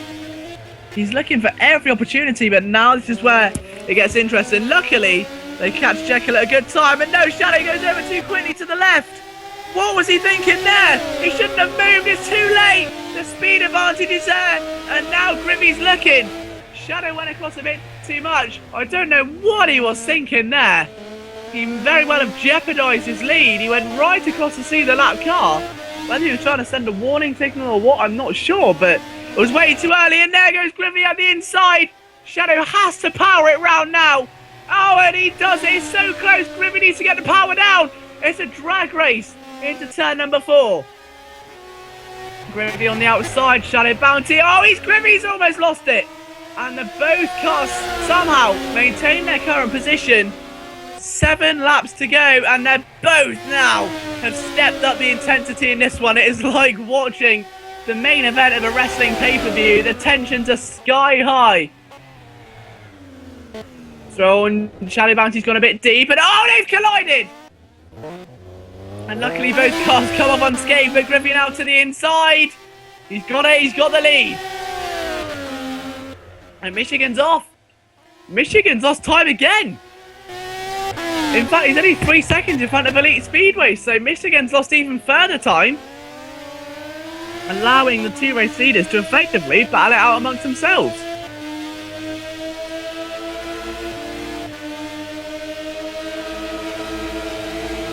So Shadow Bounty to the outside. Oh, what a beautiful pass if he can make it stick.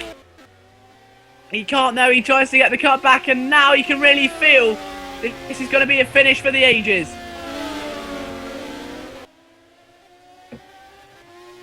Shadow Bounty is doing everything possible. Seacombe is out of the race, unfortunately. But what a race we've got on our hands now between these two cars. This is going to be an extremely tense finish indeed. So still Grivy in the lead. Shadow Bounty now on the attack. This is the closest these guys have been when Shadow Bounty's been on the attack. Previously it was the other way round, and now he goes to the inside of the corkscrew, risking it all. Grivy has to shift over, but he does so and retains his position. We're getting to that stage, 5.5 laps to go, and I'm on the edge of my seat. It is extremely tense between these two guys, and maybe not anymore if Shadow Bounty keeps making tiny little errors like that. He stays on the back of Grivy, and he's gone wide again, and that's going to cost him dearly. He knows he's got the pace. He's already shown us that earlier on with a 118. But he has to do it consistently. He has to be faster than Grivy in these final 5 laps. I think he's lost it. He's gone wide through turn 1. I think he's lost momentum now. It may be all said and done. And taking a look back at what Michigan's doing as well, though. He's 4 seconds in front of Elite Speedway at the moment. So still a bit between those guys. The rest of the drivers are currently not separated by close amount of time. They've all separated out into their own little individual races, it seems. After a very close start to the race, it's all kind of spread out, and the kind of calm before the storm, perhaps, as the battle for the lead was geared up. We had a very intense midfield battle earlier on as well. A lot of drivers were caught up in that, and unfortunately the slower drivers were able to make themselves get into the clean air, whilst the faster drivers were stuck behind them, unable to get through, meaning they lost valuable time. And that's why maybe we're seeing a very different prediction to maybe what maybe any of us would have made. But one that many wouldn't is that Shadow Bounty will be P2 in these circumstances. Grivy will be in the lead in these circumstances. An event where both Grivy and Michigan have had individual spins. An event where Elite Speedway's got up to 4th. AGO6 now retains that 5th position after being hampered by both Elite Speedway and the man who was also pressuring him in that trio battle, which was truly extortionate to watch, and that man was Van Panther. It was Elite Speedway, Van Panther and AGO6 in a battle for the ages around Laguna Seca, and as we have 4 laps to go, Grivy is in the driver's seat here. It's his race to lose now. He's got himself 2.7 seconds back to Shadow Bounty, so a really big amount of time here to really try and play with and seal the victory before it's too late. He's really got himself a great opportunity now to set this beyond all shadow of a doubt.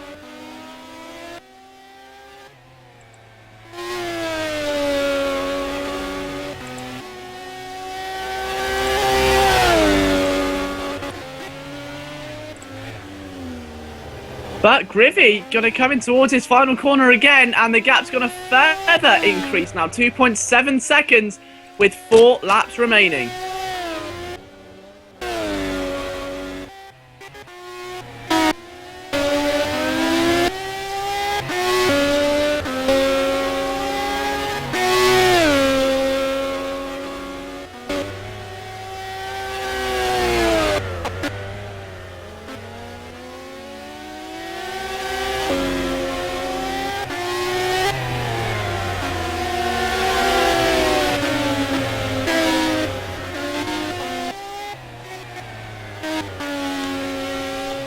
So Grivy then, just a few laps to go. And now it's a bit of a battle there as well, as AGO6 starts to try and reel him in.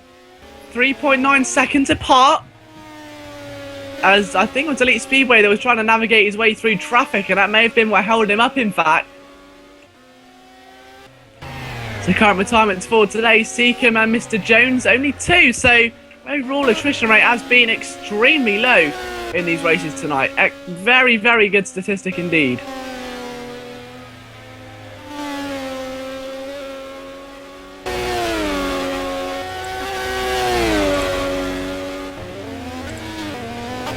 And look at this sensor. Grivy going to start the penultimate lap of the afternoon. What an event it's been for him. He needs to try and keep his eye on the track now. 3.9 seconds. I think Shadow Bounty's turned into a much more conservative drive, realising that he has 7 seconds back now to the nearest car. He doesn't need to push. He doesn't need to do anything silly. Just bring the car home and get yourself into a comfortable position.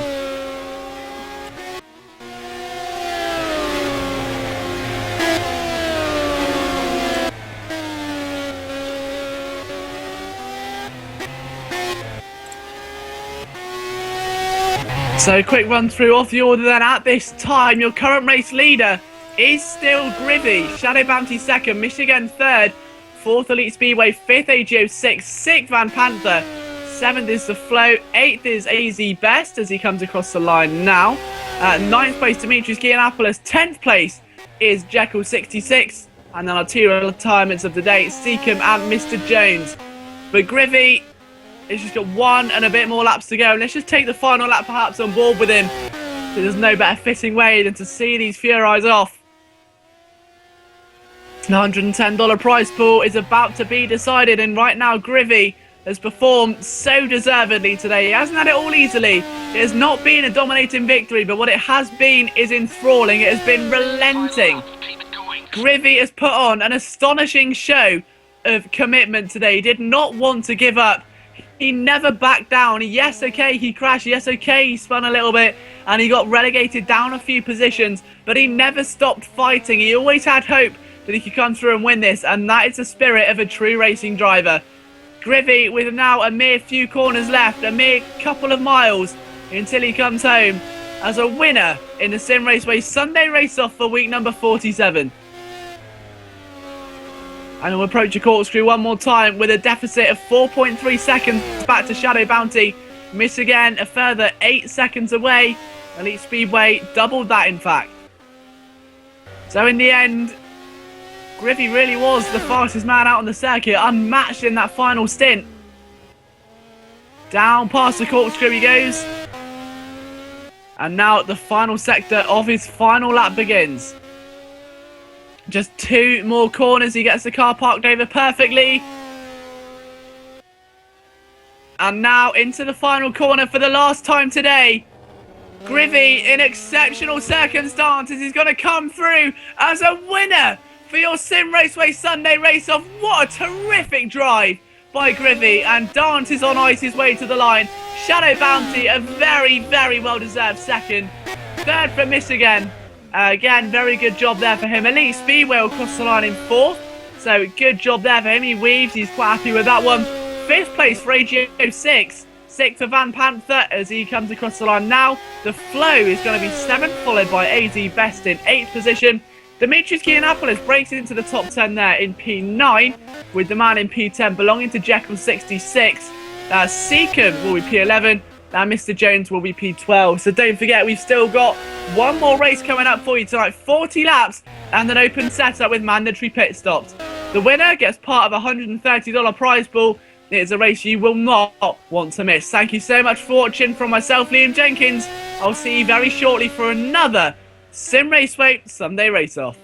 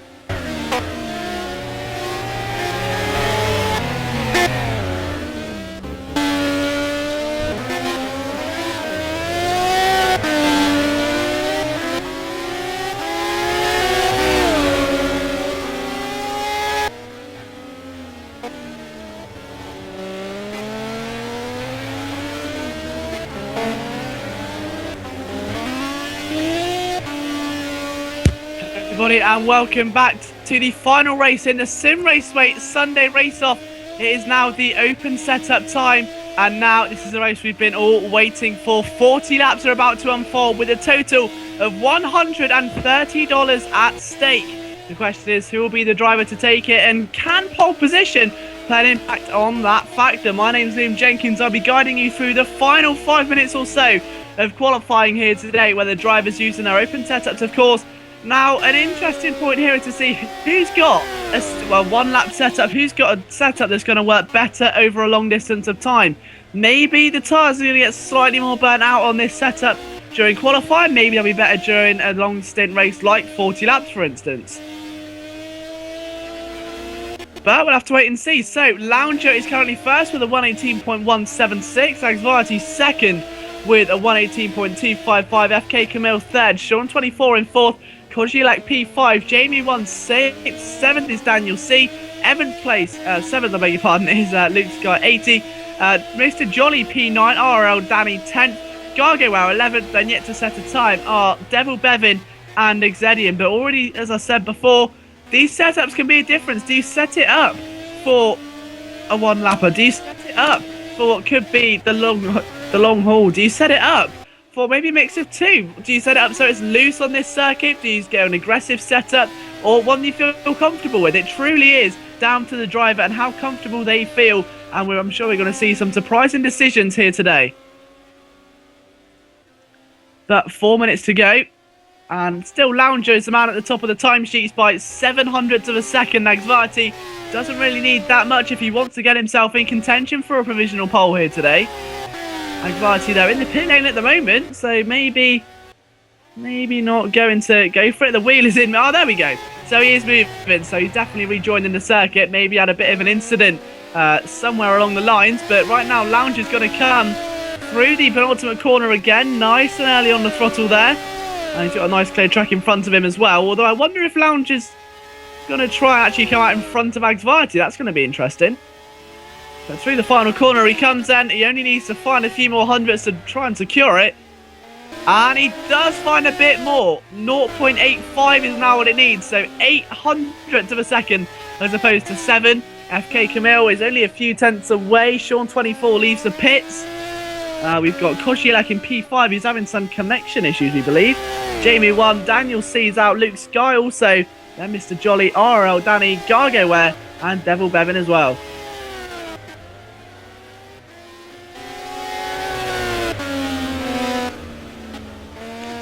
But Danny's actually pulled over, so maybe his runs come to an end. Don't forget, there are compulsory pit stops in this race as well, so fuel is going to become an issue. So I have to wait and see how the drivers manage that. When it maybe bites them in the back, we'll have to try and see what exactly the plan's going to be.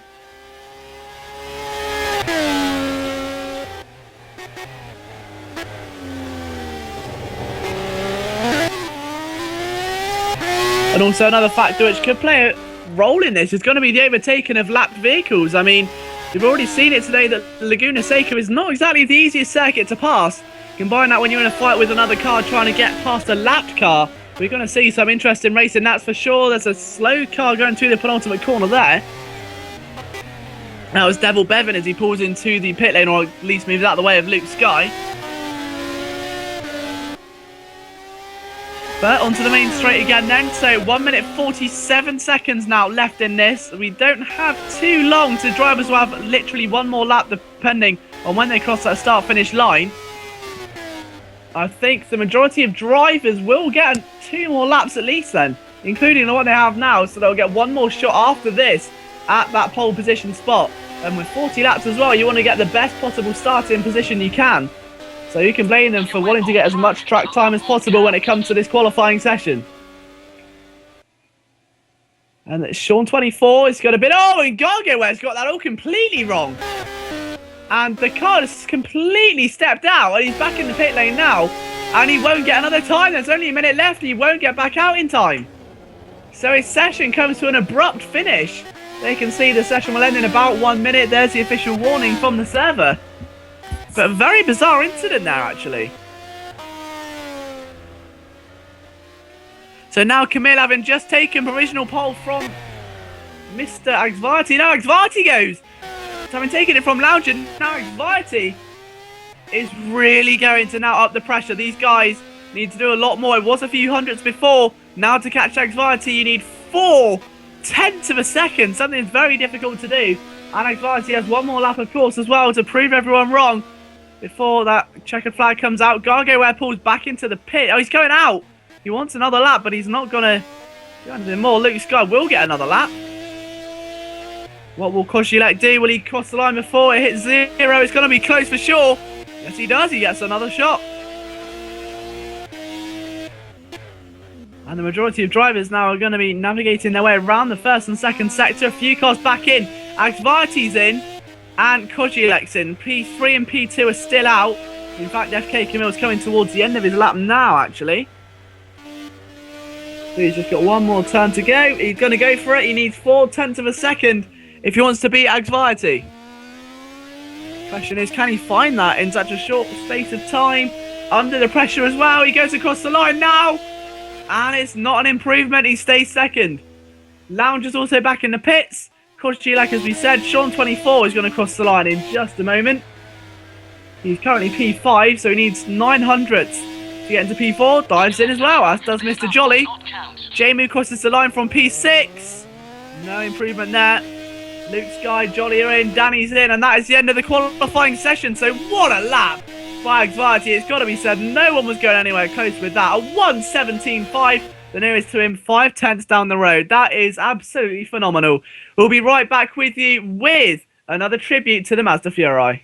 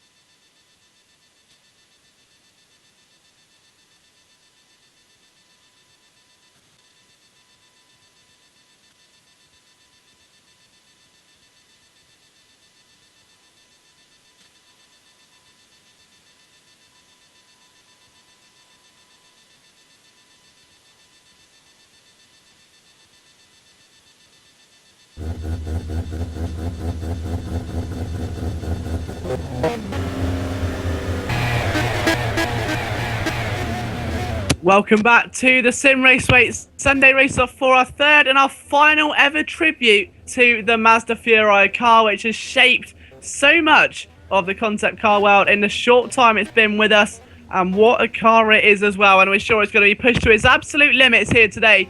As you can see, the headlights are on those beautiful blue lines underneath the car illuminate, and this absolute extortionate car is going to be led out by Agsvati and the field. So Agsvati, our pole sitter, a dominating driver to a dominating car. FK Camille lines up in second. Third place is Lounger, and they'll lead us round the Laguna Seca circuit. Only a fitting circuit for this car as well.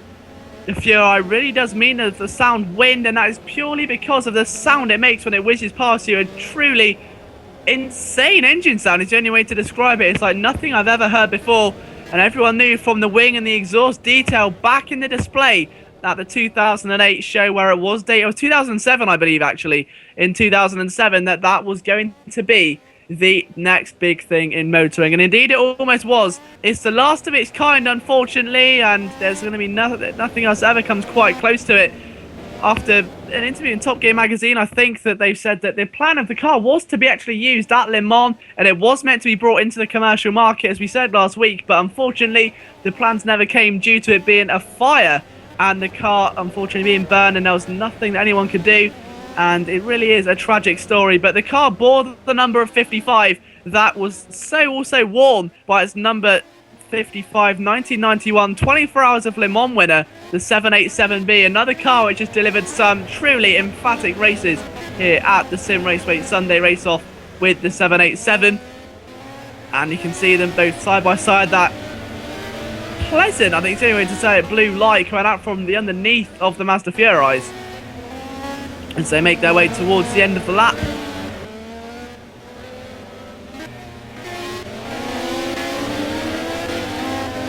But the Mazda Furai then, this is it. This is the last time we're going to see this car in action, and as the cars make their way through towards the corkscrew on this warm-up lap, if you want to get this car, if you want to own a piece of motoring history and feel what it felt like, to feel the fury, if you pardon the pun, of a car which has such a big bark for what looks like such an innocent car, then you can only get it here at Simraceway, and you can simply go on to simraceway.com if you're not already a member and sign up. It's a free-to-make account. You get 3 free cars already, including the trainer car, but the 2008 car only costs $3.89, and with a top speed of 190 miles an hour, you will not want to miss it. And as the two drivers now make their way to the end of the start-finish straight, we say thank you to every single person at Mazda who made this possible, and we dedicate this race to you and the Mazda Fury, or Furai.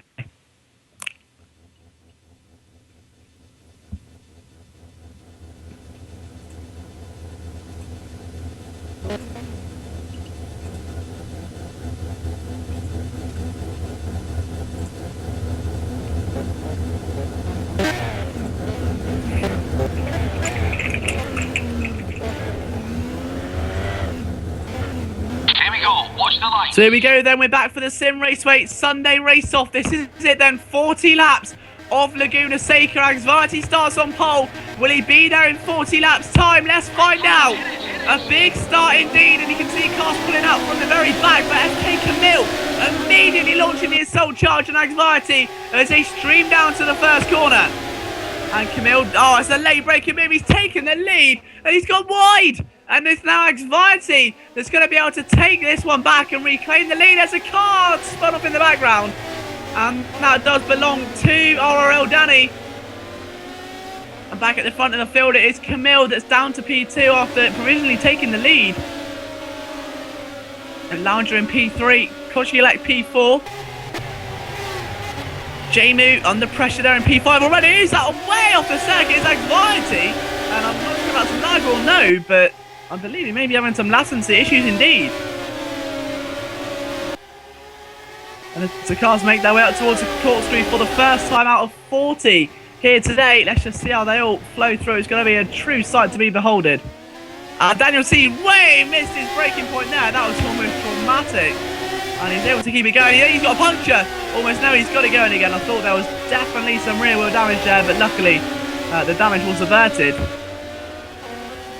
And as now the drivers come towards the end of lap number 1, I will give you a quick rundown of the order. So it's a big train in the front of the field as well then. Anxiety, then Camille, then Lounger battling with Kozielek in 4th. Sean 24, Jamie and Daniel C were dueling side by side as well. Mr. Jolly, Gargoware, Luke Sky, and then Exedian, RL Danny and Devil Bevin. But at the front of the field, Lounger and Kozielek, that's the main battle to watch. Then that trio in P7 there of Daniel C, Jamie and Mr. Jolly.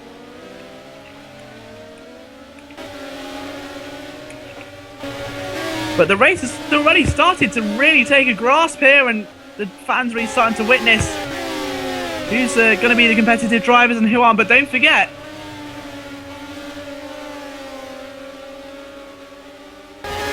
here we go, on the way back up to the corkscrew again. Don't forget, you do have to make a compulsory pit stop. Anxiety leading the charge by half a second at this stage. And he is lagging. I think there's some definite latency issues there. FK Camille second. Third is Lounger actually. Yeah, it's a bit of lag for Anxiety. Just trying to ride on board with him, and the car is going wide. There's definitely some problems for Anxiety right now. He's not looking in the strongest of situations, it seems. I will see if he can improve it a bit later on, but for the moment, I don't think there's going to be much he can do. No, he's going again. It's quite worrying, actually, because for FK Camille, he doesn't know that he could be going 1 minute, then the next thing you know, Anxiety's plowed into the side of you. It looks like he's glitched, in all honesty. I'm not too sure if it's just my screen or if there is a definite problem, but it is not looking too promising for Anxiety, our pole sitter right now. So FK Camille, I believe, provisionally leads this from Lounger and Kozielek in P2 and 3. He was very much still dueling hard. Have to wait and see how that pans out. But for now, it looks to me like Lounger is really taking control of that battle. The field's starting to really, spiral out. Oh, and there's a car off there. And what's Anxiety? That's what I was worried about. That's exactly what I was saying. The lag spike may very well have caused disruption, as FK Camille takes a clop down to P6, exactly what I was referring to previously.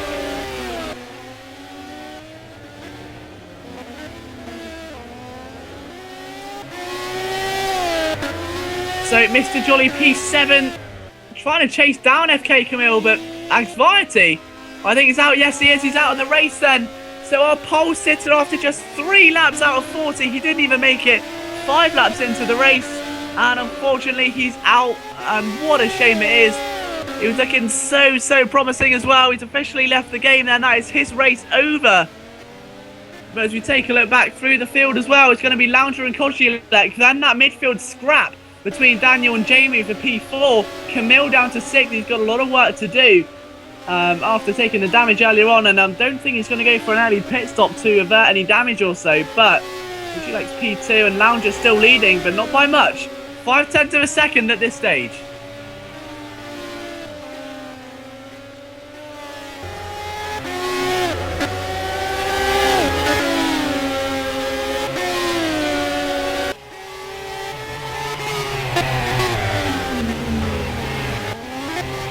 But to go through the corkscrew, Kozielek lets it kick that back end now a bit too much, I think. I'll keep an eye on lap times as well as the scraps start to fade a bit now. The drivers get into their own rhythms and the factor of setups becomes more of an issue. The more drivers separate, the more they begin to realise each other's setup and their strategy here as well. Strategy is crucial. When you have to pit in, you have to realise when would be the optimal time to pit. When can I bring my car in with the least risk of losing time? And it's been an issue that has plagued the Sunday race-off. We've seen many big names not get it right at all. One of them being Ace or Collar, if you remember all the way back to Silverstone. It's the infamous event I reference whenever I talk about pit stops, one that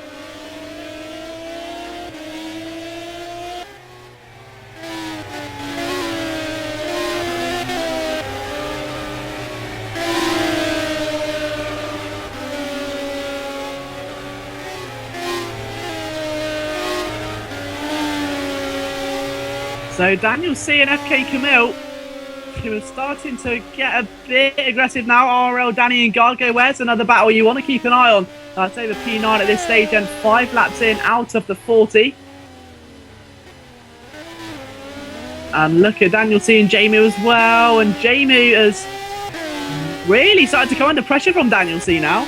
Let's see how this unfolds then. So Daniel's really ripping into the back of Jamie, isn't he? The regression starting to show. Look how close he's getting. And you can see the beautiful Furai brake lights really take the spotlight as we go in towards the final corner for the start of lap number 6 of 40. Camille now here as well. This is going to be interesting. FK Camille, the man who wants to try and get his race back under control, really. He hasn't really had the strongest of starts. He took the lead, but a potential lag, well, what could be described as a lag incident from anxiety plagued his race. And now look at Daniel C, so close to the back of Jamie 1. That was scarily close through turn number 1 and into turn 2.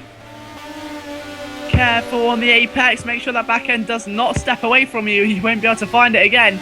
Nice early apex there, back on the throttle. And look at the speeds this car's doing as well. The Furai capable of so much with a 0 to 60 seconds. There we go. So Jamie under pressure, as I was saying before. 3.5 seconds it takes for the car to get to 0.60 miles and 0 to 60 miles an hour. So bit of a tongue scrambler there as Jamie locks the brake. And look at that, Daniel's gone wide and Camille almost had him, and Jamie's gone deep and he goes across. And that could have been absolutely disastrous. And now Camille, the opportunist. Oh my goodness me, that's going to cause some ruckus indeed. Camille is on a warpath. Now taking a look at Jamie, and a big hit there as well, and Camille is getting clouted from all angles today. First anxiety, now Daniel C. Camille just can't get away.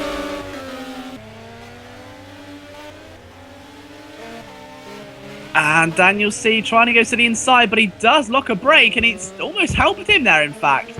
All 3 cars are making constant errors, and it really is plaguing them, unfortunately.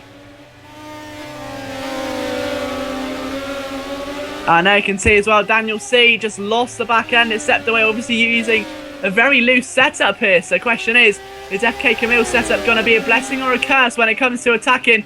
Let's find out as he has a look on Jamie 1. We're not too sure how this is going to pan out, but it's only one way to find out, and it looks to me at the moment like Jamie's going to struggle to keep in front of FK Camille, the man who did qualify second on the grid. He's now at a net drop 3 compared to where he was a moment ago as he goes through the corkscrew as well. But Kozielek P2, now that has surprised me. He's only 2.3 seconds away from Lounger, who now finds himself in that all-important first place. And he's not really going down, is he? He's still 2 seconds in front of Sean 24, a further 6 there in front of Jamie 1. So as we start at number 8, Kozielek's still in charge here. He still has a real big chance at coming through.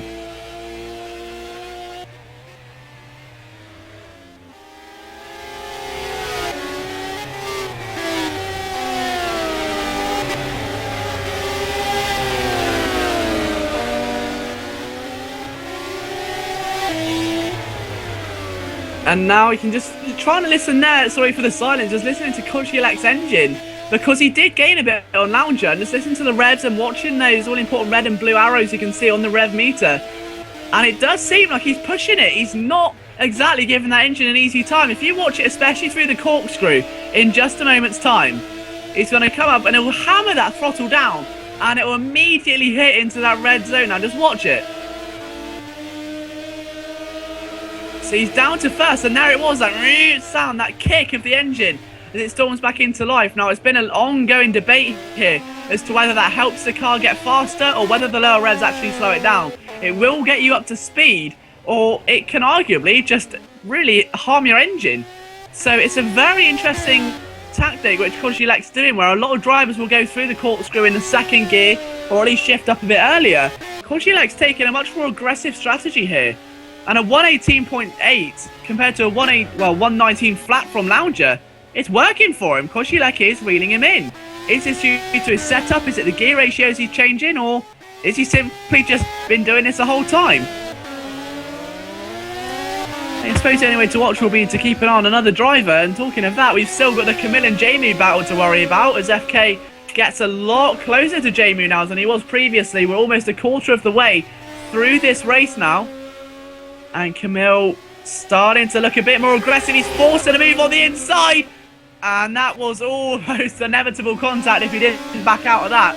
Very, very close indeed. You can almost sense the urgency to get past him. And he's gone wide. Camille has gone a bit wide. And that is going to cost him.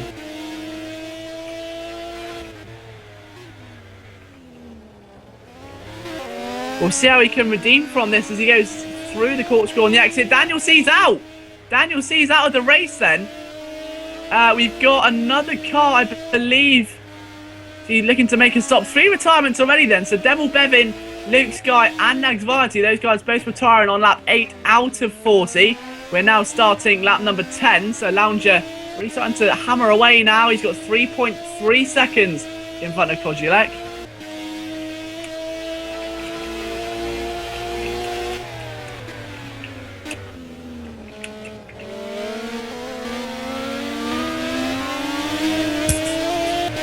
So now just a quick run through of the order. Lounger from Kozulek, then Sean and Jamu. FK Camille's dropped a little bit now, 1.2 back in that final top 5 spot. Mr. Jolly P6, RRL Danny in 7th, Gargewares in 8th, Exedian is down to 9th, 10th place Daniel C and is out of the race. Then I believe 10, 11th, 12th and 13th all out of the race unfortunately. So we've only got 9 runners left in this one. Unless Daniel C is no, Daniel C is out of the race, that is for sure. So Luke Sky still in the server, but out of the race in P12. So we do only have 9 cars remaining, but still a very close race on our hands. And I suppose, in a way, it does benefit the leaders because the less cars you have on the circuit, the less chance you have of colliding or being, having your race interfered with by a lapped car. It does aid the leaders in a very rewarding way in the fact that you won't have to pass as many cars, you won't have to worry about cars moving out of your way. It could arguably help them.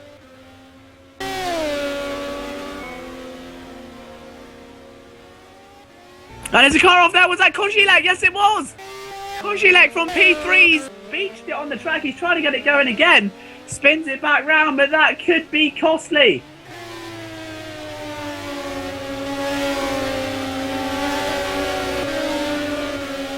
And now he gets going, but he's down to P5 behind the Jolly. Well, just in front of Jolly and Kozulek there. So FK Camille, P4. Jamie's still 3rd. That battle's moved up a bit now as Camille will easily get himself back into the top 5.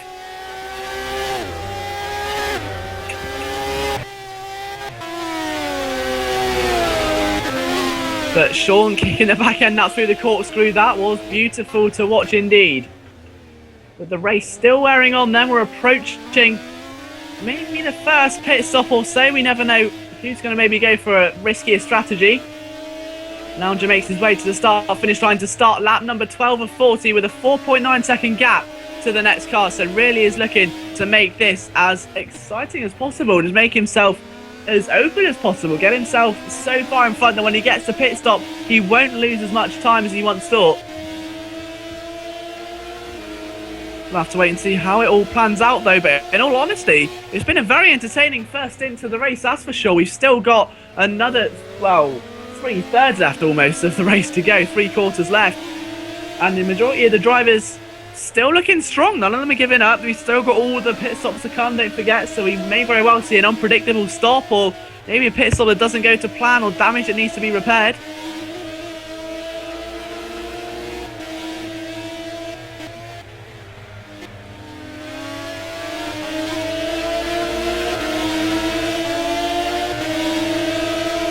But look at Jamu and FK Camille there. So Kozulek, this is what I was talking about. We've still got plenty of action on our hands. Lap 12 and Jamu leading the charge there in P3. Camille P4. 5th is Kozulek at the moment, but gaining back through. So Camille and Kozulek both making mistakes, both falling behind Jamu, and now both looking for signs of redemption to get themselves back in that final podium spot, which is currently being held by Jamu. So this is going to be very entertaining to watch him try and fight through. Jamu again, another Simraceway veteran who really has made an impact for himself over recent months. And one of those always constant guys, you know, if there's a Simraceway Sunday race-off, there's going to be a Jamie present somewhere at some point. He just never seems to relinquish the opportunity to prove himself. And Kozielek and Camille getting a bit closer in this triple battle. The fastest man of the three at the moment is actually Kozielek. He's the only man that time into the 118s. So that is quite interesting as well, considering that FK Camille was the man who qualified second. Kozielek, I believe, qualified fourth. And now it seems that Kozielek's the fastest of the three. Now that could be because Camille was being held up, or it could be just because Kozielek's the faster driver. Let's wait and see. Kozielek almost to the inside there, maybe perhaps giving a bit of a warning signal to the two cars in front of him. Camille maybe needs to be a bit wary of a counter-attack as well.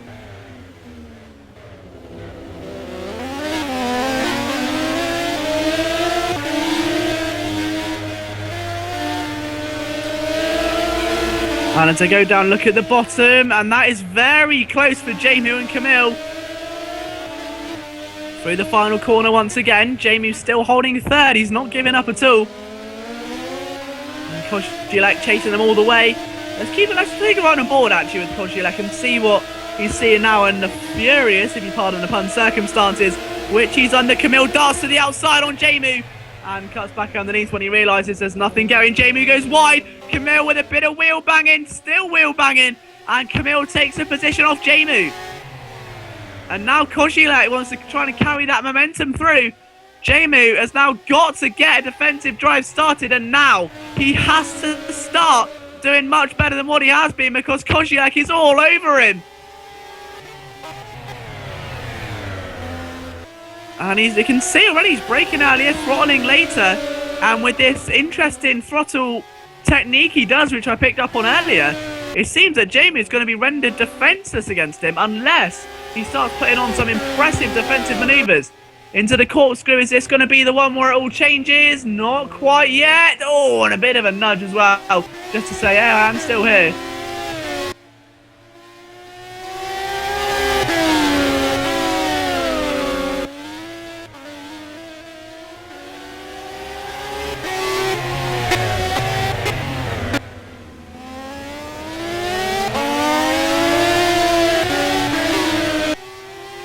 But across the line they come once again. Lap time update this time, a 120 from Kozielek, a 120 from Jamie, and a 118.7 from FK Camille. So still Camille, I'm believing, definitely was the faster of the three drivers as he darts himself into a very, very dominant position there, already asserting himself 1.1 seconds in front of the other two drivers. Still a few more laps until we're expected the drivers to pit. We're looking at about midpoint, I'd say.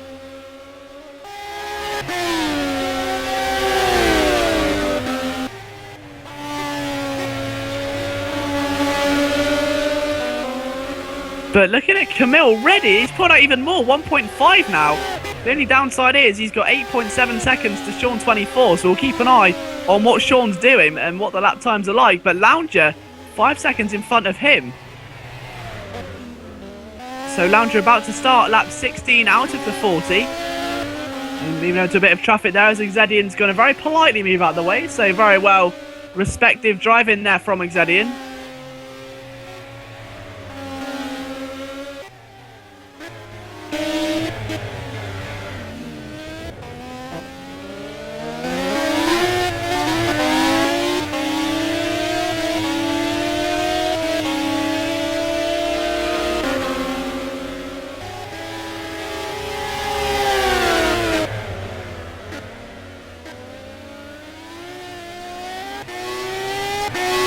So, just taking a look quickly at the lap times of a certain Sean 24. And it was actually quicker by Camille by about 0.8 of a second. But with Kozielek P4 still in front of Jamie at the moment. Jolly still P6 and well, he's 19 seconds away. He's not totally out of it. His closest competitor is Gargo wearing P7. And then Danny down in 8th position. I believe he spun actually on the first lap RL, Danny. So unfortunately for him, he's still got quite the way to go. Exedian still also in there, P9. He's now a lap down, of course, to Lounger, but Still trekking on as Lounger comes across that final corner once again to start lap number 17.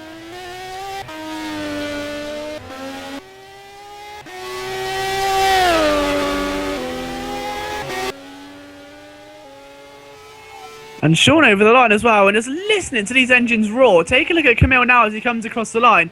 I'll stay silent as you hear it come across. And that noise alone is just absolutely impeccable. Something you'll only ever hear right here in Simraceway with this car. $3.89, and Gargo wears off! And he's hit the wall! And that's from P7, he keeps going. It wasn't a huge incident, it wasn't a huge impact either. But even so, it's definitely a scary moment for him as he looks to try and get his race to recovery on, but that's certainly not going to help.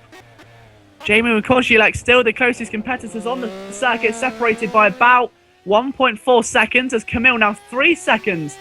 And he's lost time to Sean 24 somewhere along the line. He's now 8.1 away. And Sean, having not really gained to Lounger, has got to be a loss from Camille somewhere along the line. Camille is now coming out to Exedian to lap him for the first time. It looks to me like Camille is, he's definitely lost some time somewhere over the last lap or so.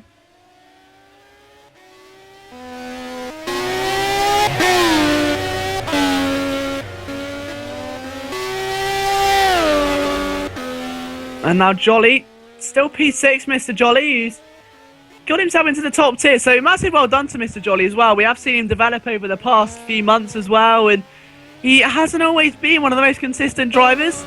Not one of the most constant as well when it comes to competing, getting yourself in the events or anything like that. But he's always been in the community, in the chat rooms. And it's great to see him now in the highlight, in the spotlight of the main event. So well done to Mr. Jolly though. He's got himself in the midfield as well. And really started to just learn the fundamentals here of racing in the big Sunday race-off, especially over the past few weeks. He's been making a much bigger presence for himself.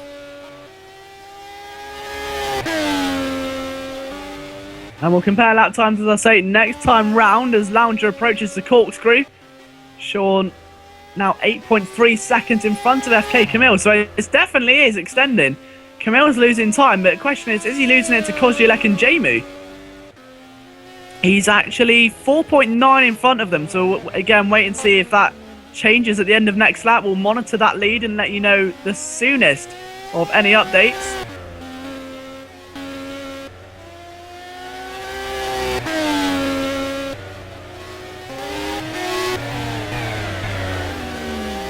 And Sean over the line now. So a 119.0 from Sean, a 118.3 from Lounger, our race leader. What can Camille do? So you're looking for a 118.3 to match the leader. No, a 119.6. So 6 tenths slower than Sean. A 119.9 and a 119.9 as well from the two cars behind. Let's see what Mr. Jolly can do.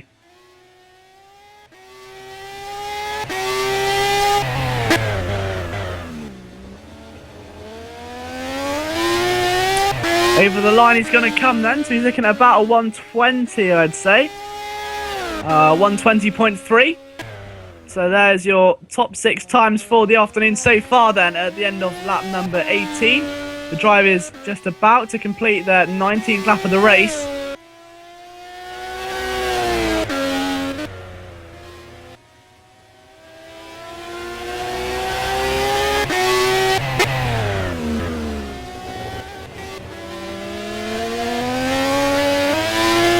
And look at Camille now trying to get past Exedian.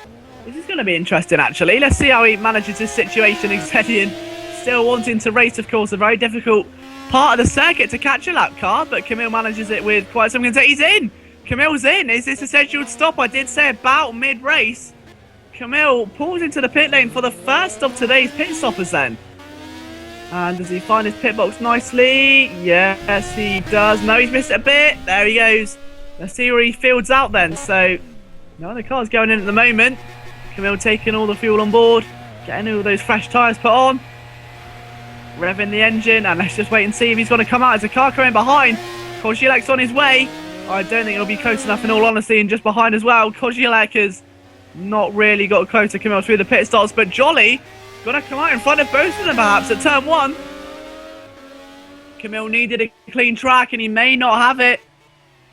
Camille slowed down and let Kozulek through. That's I'm not sure what that's for. Oh, and if that was a sneaky move, I'm wondering. Kozilek did get a stop-and-go penalty for passing in the pit lane. I'm wondering if Camille let him through just because Kozilek got the penalty. If he did, that's a very, very sly move. If he did it may not have been the case at all. But it looked to me like Camille stopped. And I don't believe there was any previous incident between the two drivers to warrant letting him go.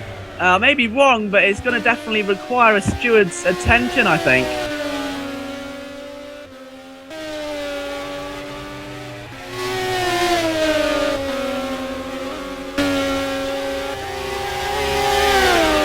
There's still no update yet. Well, again, I'll try and keep you guys updated as Jamie 1 pulls into the pit lane then. So, as I said, about half race distance is when these drivers will make their impact. Jamie misses his pit box. That's going to cost him valuable seconds indeed. Lounger's on his way out of his pit stop. And Sean 24 now finds himself in the lead. So Lounger's going to come out just behind Exedian. That makes his life just that little bit harder. Jamie off to the races as Mr. Jolly's still not pitting. I wonder if Jolly's fueled his car maybe a bit longer. That's going to be interesting. He's definitely using all the track he can through there. Jamie on his way out. He's going to lose time. Kozilek's in the pits as well now. Gargoware pulls in. Let's see if Danny stays out or no.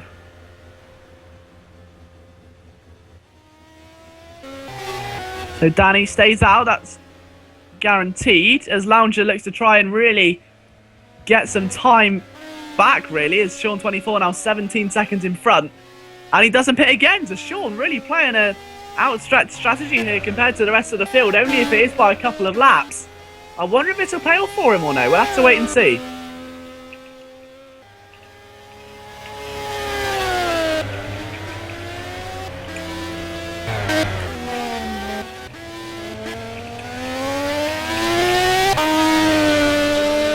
So then, as we say, over half race distance, a quick update of the order. There's a bit uffled and shuffled at the moment, but Sean, Lounger, Jolly, Camille, Jamie, Kozilek, then we've got RL, Danny, Gargoware, Exedian, Luke Sky, Daniel C, Devil Bevin, and Anxiety. So unfortunately, Anxiety, the pole sitter, who experienced some internet issues earlier on, and internet issues really go well with my name, don't they? But Anxiety, it just lasted 3 laps before an incident. And there goes Jamie pulling in then. So all the way from, that was P5 he's come in from. We'll see where he feeds out. P6 isn't that far away. And he's getting ready to roll out of pits now. And he's off, but he's lost a position. Now let's take a look at Danny, who's still not pitted in. Right, so an update. So as Jamie and Kozilek have been speeding, which explains the penalty. That would, explains a lot. So Kozilek, we believe, had that penalty for the reason. It was Jamie who's going on that revoked. He comes out of the pit lane now. Gargoware still P8. Bit of a moment there for Exedian actually in 9th. But Lounger's lost time. He's now 18.9 seconds back. Now that could be because he's obviously slightly lower on fuel and, slightly longer on fuel, I should say. And Sean 24's got that little undercut advantage. But is Sean 24 going to pull off a nice breakthrough here?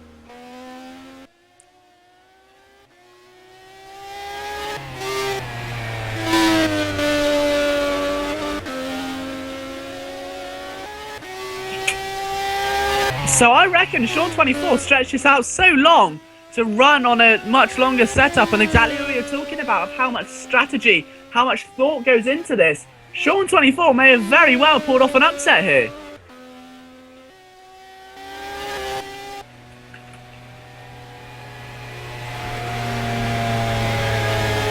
(18.7). So a tank, we've just been informed, that lasts about 30 laps. So Sean, who's just navigated his way there past Jamie and RL Danny, who's slowed down in fact there to let them both through. That is really, really interesting. If Sean can go the full 30 laps, he only needs to... Oh, this is very clever. This is very, very clever because, well, he's elected to pit at the bottom there, you can see. But if he can last a few more laps, he only needs to put in minimal fuel for the final stint. So you're looking at between 10 and 15 laps for the final stint here for Sean. Whereas Lounger is going to have a few laps more because he's been on that tank longer. If he can make this work, it is a very, very, very clever strategy which could see him propel up to a victory. And if he does so, well, you can only applaud him. He kind of is the Adrian Newey of the setup world, isn't he, if he can make this work. We've got a yellow flag at the corkscrew. That may have been for Kozulek, actually. That's the only car near there. So the man in P5 may have been involved in the wars again, unfortunately. We'll see if, obviously, any updates come through, but it doesn't look too hot for him at the moment.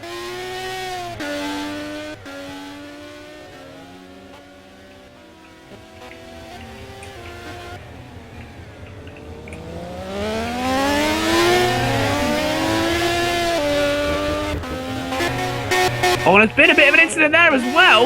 And Kozulek's out, he's in the pits. Now that is very scary. And Devil Bevin as well. I mean, no, Sean 24 is off the jack, sorry. That was what I saw movement in the pit. So Sean has pitted. He's out.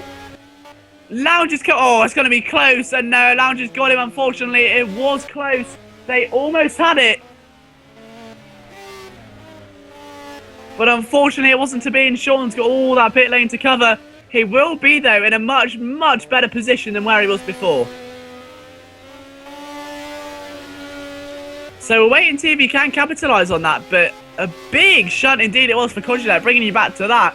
He had a couple of bad laps. The mistakes started to form up. And again, it's that old saying of, you know, an old mistake comes back to haunt you and you go to correct it. And that's what you can't do as a racing driver. If you make an error, you cannot go back to correct it and just focus purely on that corner, purely on not making that error again. What you have to do is completely forget it ever happened and drive the race you normally would. If you think too much about it and you focus so much on changing your lines, you go for a racing line you're uncomfortable with and you can end up making a silly error, and I believe that's what may have happened to Kozulek there. He retires from P9 as Lounger is getting ready to start lap number 26 out of 40, so into the closing stages now, and Lounger taking a much deeper line there indeed. But through the final corner he comes then. Still the leader, Sean, 4.6 seconds back, so he still does have an almighty job to do. He's got a bit of a slipstream there off Danny. Now let's see when Danny moves out of the way, because turn 1 isn't exactly the most gracious of turning points. So he overtakes another car, but he moves out of the way very nicely beforehand. And Sean's able to get back on with his race. 4.6 though, the gap between them now. So it's a very sneaky idea, but I don't think maybe it's going to work for him.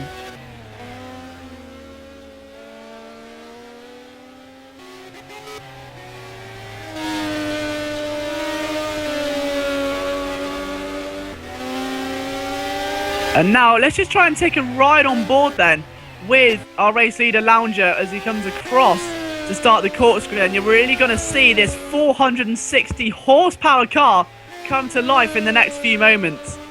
The rear wheel drive is really going to push the car down the corkscrew. Instead of pulling it, it's pushing it with a shove down to the bottom, and now you can just listen to it propel through the gears.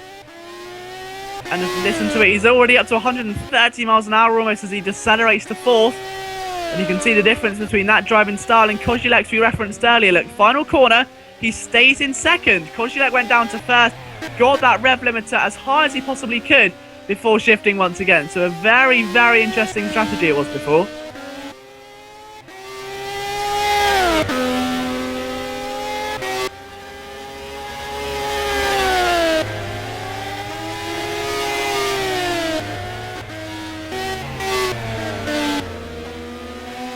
So Lounge has now got 5.2. It's coming down. I think Lounge has made a bit of an error. Taking a look at Sean. No, what you want to do now is actually, I beg your pardon, take a look at Lounger, because Sean 24 is 5 seconds away. Gargoware is right in front of Lounger. If he holds him up, it's going to be interesting. It's close. No, Gargoware very sensibly moving out of the way. Great racing etiquette there from Gargoware. It's got to be said.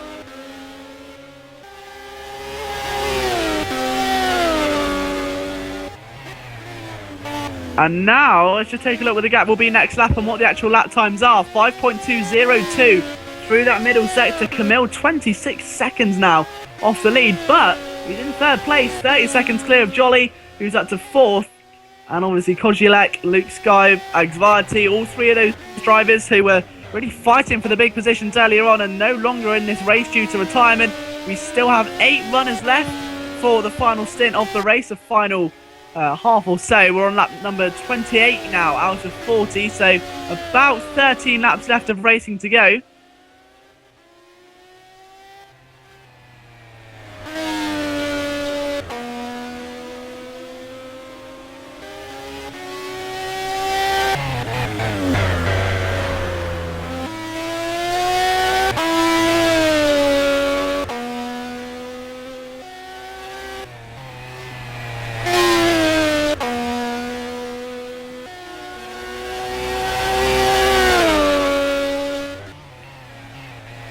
So Lounger's 5.5 the difference now, so he has found about 0.3 of a second somewhere along the line. So he has moved in the right direction, but still not ideally where he wants to be.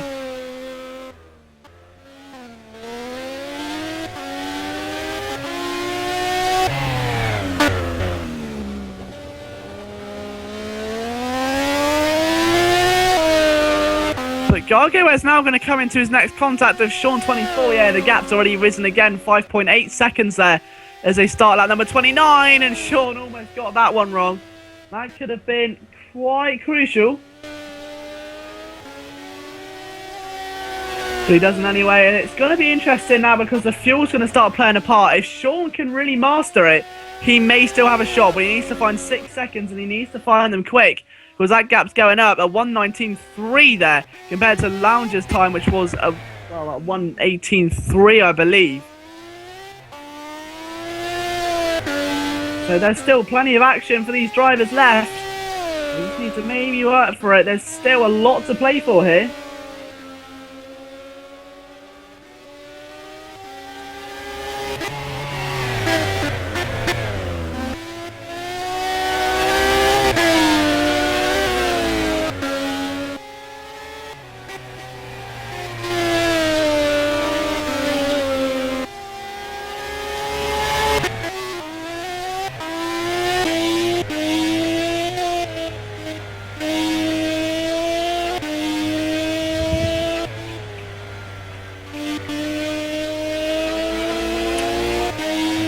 So, just taking a look through the field and the actual time separating them as Jamie's back in the pits.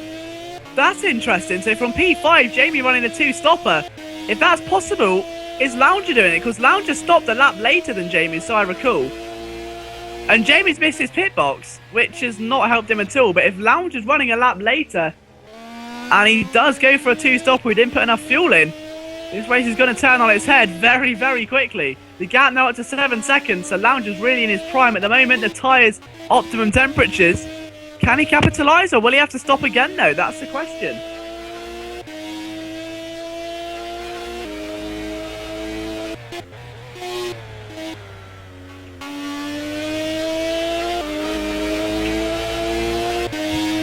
So the race, unfortunately, coming to a close, and the final quarter is underway. Lounger now 7 seconds clear in what has been a very eventful race, to say the least. The drivers have been giving it their all. Some of them, unfortunately, have left us a bit earlier than expected. And that has always been the case here at Simraceway. You never know what's going to happen. The big names can drop off, but the big talking point of this one will be how different would this race have been if Anxiety was here? If that lag spike didn't happen, if he didn't make contact with Camille, would Camille still be in the lead? There are a lot of unanswered questions here. And I'm sure we're going to get a nice conclusion to the race anyway.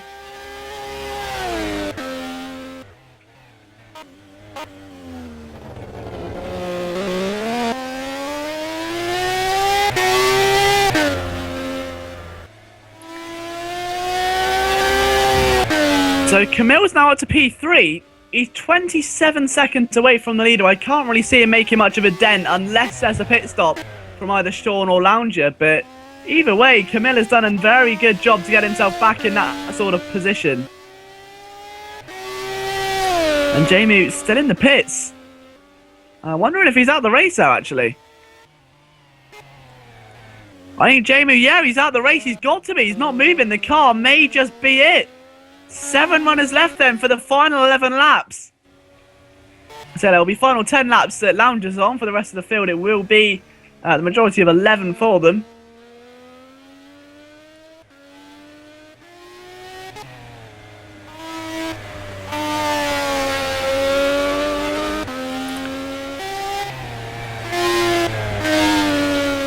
And Camille really trying to race his car ragged, but in doing so, actually losing time. He's actually lost about a second there back to Lounger. So the gap was 27 seconds, so 27.6.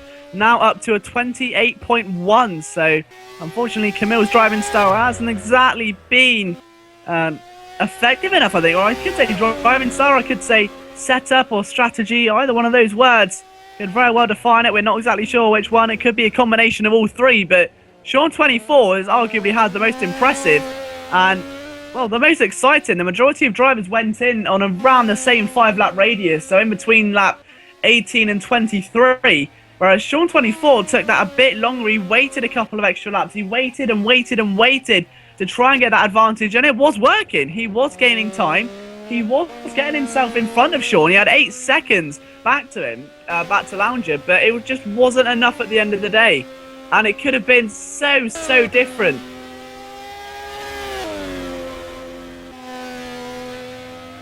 But only time will tell. There's still plenty of time to go. You never know what's going to happen here. And the last in the series of the award-winning Najara concept cars really has put on a spectacular show here today.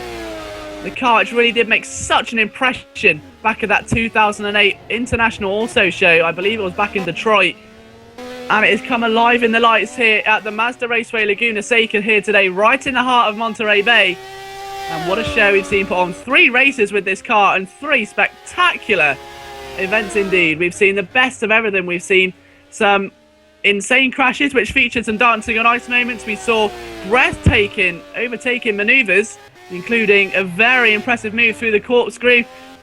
We've seen heartbreaks, including anxieties from pole position, where he accidentally had a bad internet connection which affected his race later on. And we've seen the rise of superstars, and Lounger may very well be the next in line to take a Simraceway Sunday race of victory in just over 7.5 laps time. All he's got to do is keep his car firmly planted on that circuit, and that win is looking like very probably it could be his.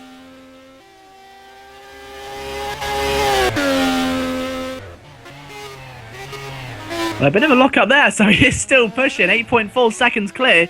Obviously wants a nice margin to win by. You're going to win, go hard or go home, as the saying goes. And we're now just getting ready for the final 7 laps then. It's been an eventful 45 minutes or so, and we've still got some racing left to do. We've also got a bit of a battle forming here, actually, for P5 and P6. Now, that is very interesting. That's Danny and Gargoware, so still scores left to be settled. P5, P6 at this stage. Danny 1.4 seconds in front of Gargoware. But it is coming down. Let's compare lap times again. Gargoware, that very view of those beautiful Furai brake lights are going to be spurring him on to get the pass.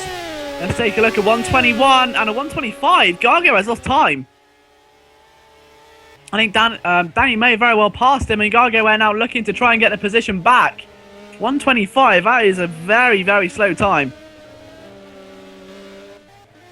In fact, it's a sort of time where I might race, actually, at Laguna Seca in this car.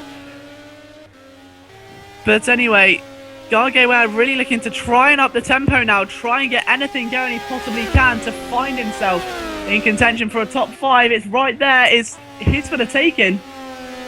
Question is, does he have enough momentum to get it?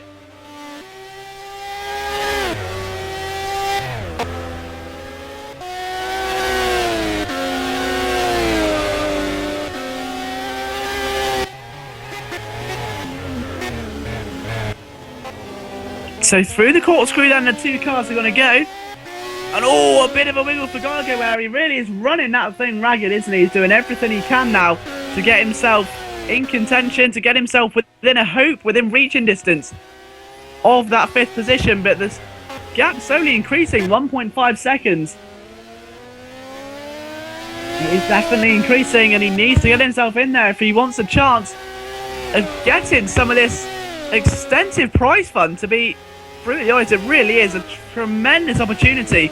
As we say earlier on, it's more than just bragging rights here. We've got a total of $130 up for grabs today, with the winner taking home 23, second 18, third 14, 4th place 11, and 5th place $10. So what you're seeing right now is Gargoware racing to get that prize money. He wants to get himself in there. There's a lap car in front of Danny, and that's going to be quite crucial for him. Let's take a look and see how it's going to play out. I think Danny just got through okay, but even Danny isn't that far in front of Gargoware right now. As he goes through past the lap car, I thought he may have gained a bit more time than that. Just wait and see, because right now we've got Lounger starting lap number 36 out of 40, so 5 laps to go for him.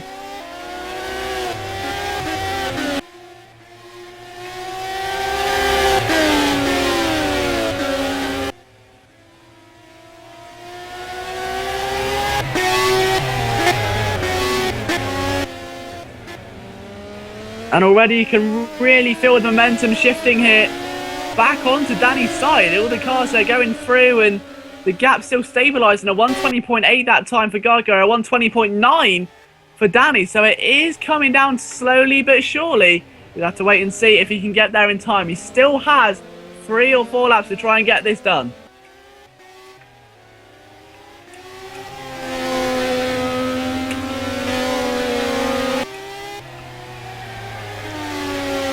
And just hearing these Furies roar to the finish line, it's going to be something truly remarkable. And I'm going to send a tear to my eye and a chill down my spine as you realise these cars are part of something absolutely beautiful. A piece of history which will never really be forgotten by the people at Mazda or the people who adore motorsport and cars.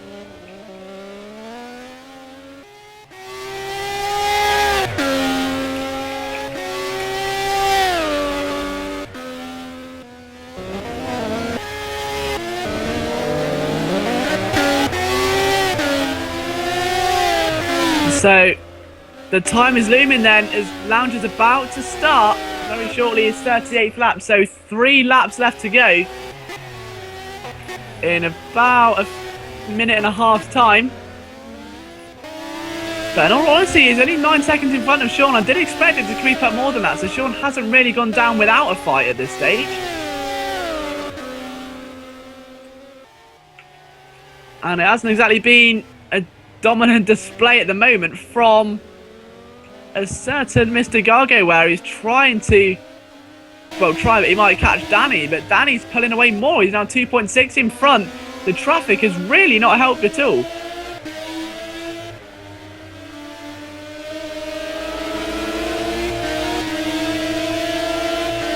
But now he's in fact, oh, it's in the back of him. Yes, he is. He's finally got close, and now the gap has come rocketing down. I thought they were further away than that, but now the rush is on. We've only got a few more laps to go, and Danny is racing for his life right now. The driver's starting to get a bit mentally tired as well. 49 minutes we've had of racing. So almost hitting the 1 hour mark, and these drivers have still got a little bit more energy to find. A bit more drive, a bit more passion to get themselves up in contention to win that position over. Can he get it done? Can Danny hold on? Can Gargoware snatch an upset? As Lounger now has just 3 laps to go, we're almost at the end, and you have to wonder how much do the rest of these drivers have in them.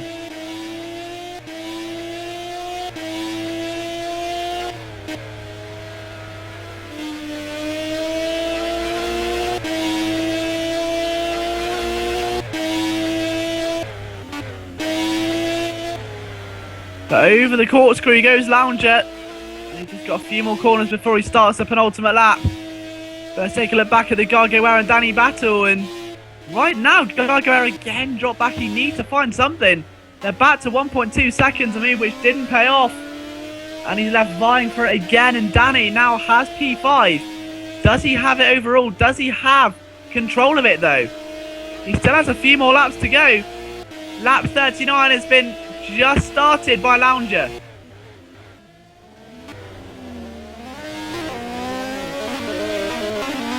Oh, Gargoware almost lost control of that car as well. That was very close indeed. And there's still maybe a tale left to be told. It's not all set in stone here at Monterey Bay. FK Camille's going to come across the start-finish line now to start his penultimate lap. A good, impressive performance by Camille. The Gargaware and Danny now separated by a little bit more than they would have liked to have been. About 2 seconds. Well, Danny wouldn't have. Danny will be in a very happy place right now, but I think Gargaware would have loved to put a move on him.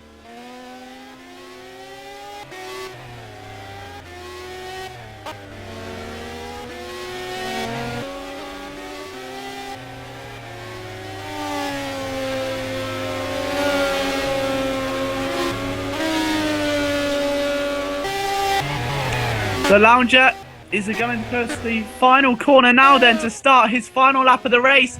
Danny and Gargaware still have one more opportunity to get this going then. They're 1.9 seconds apart. Is there a very late twist in the tail? Let's take the last lap on board with our race leader and probable race winner Lounger.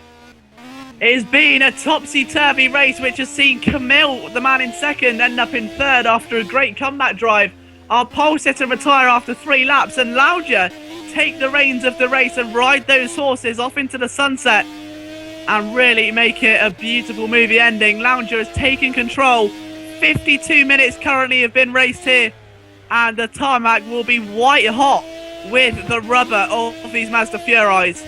What a fitting way to say goodbye to such a glorious car and to say thank you to every single person who worked on it and made that dream alive of one day to see the Fury racing at Le Mans, to restore the glory that Mazda once had back in 1991 with that Mazda 787. Unfortunately, it never came, but that very glory is going to come for this man Lounger, as he has just 2 more corners left to go until he's classified as a winner in a Mazda Fury, a saying which should have been echoed through the test of time, but it will be in the Simraceway Sunday race-off. Lounger is your winner in the Simraceway Sunday race-off, week number 47. A great result indeed, and we're so thrilled with that one to do it on such an heightened stage. Sean 24, a great job there in P2. Really, really impressive there. Camille is going to come through in P3, but Sean 24, what a performance. That strategy almost had him a victory, bar a few seconds. Camille will cross the line in P3. P4 will beat Mr. Jolly, but this is the battle we're looking for. Danny and Gargaware, they're still very close. Is there something very, very late? Are the history books completed? Yes, they are now. 5th and 6th, then Gargaware crosses behind Danny. And unfortunately, their race will now come to an end. Xedi in P7, Jamie 8th, Koshila at 9th. And obviously 10th, Daniel C, 11th, Devil Bevan, Anxiety. And then that is it for our runners. So a massive thank you to every single person who tuned in today. All of you guys who made this possible. Thank you so much to the drivers who've driven these Mazda Fury today to pay tribute to such a spectacular concept car, which surely will echo through time, echo through the ages, and go down in history as one of the great cars which should have and could have been. Thank you to our cameraman, NoFC, for again putting on an exquisite show, and to our events manager, Kosako, for again making this possible. From myself, Liam Jenkins, I'll see you next weekend for another Simraceway Sunday Race-Off edition number 48. Thank you very much. I'll see you then.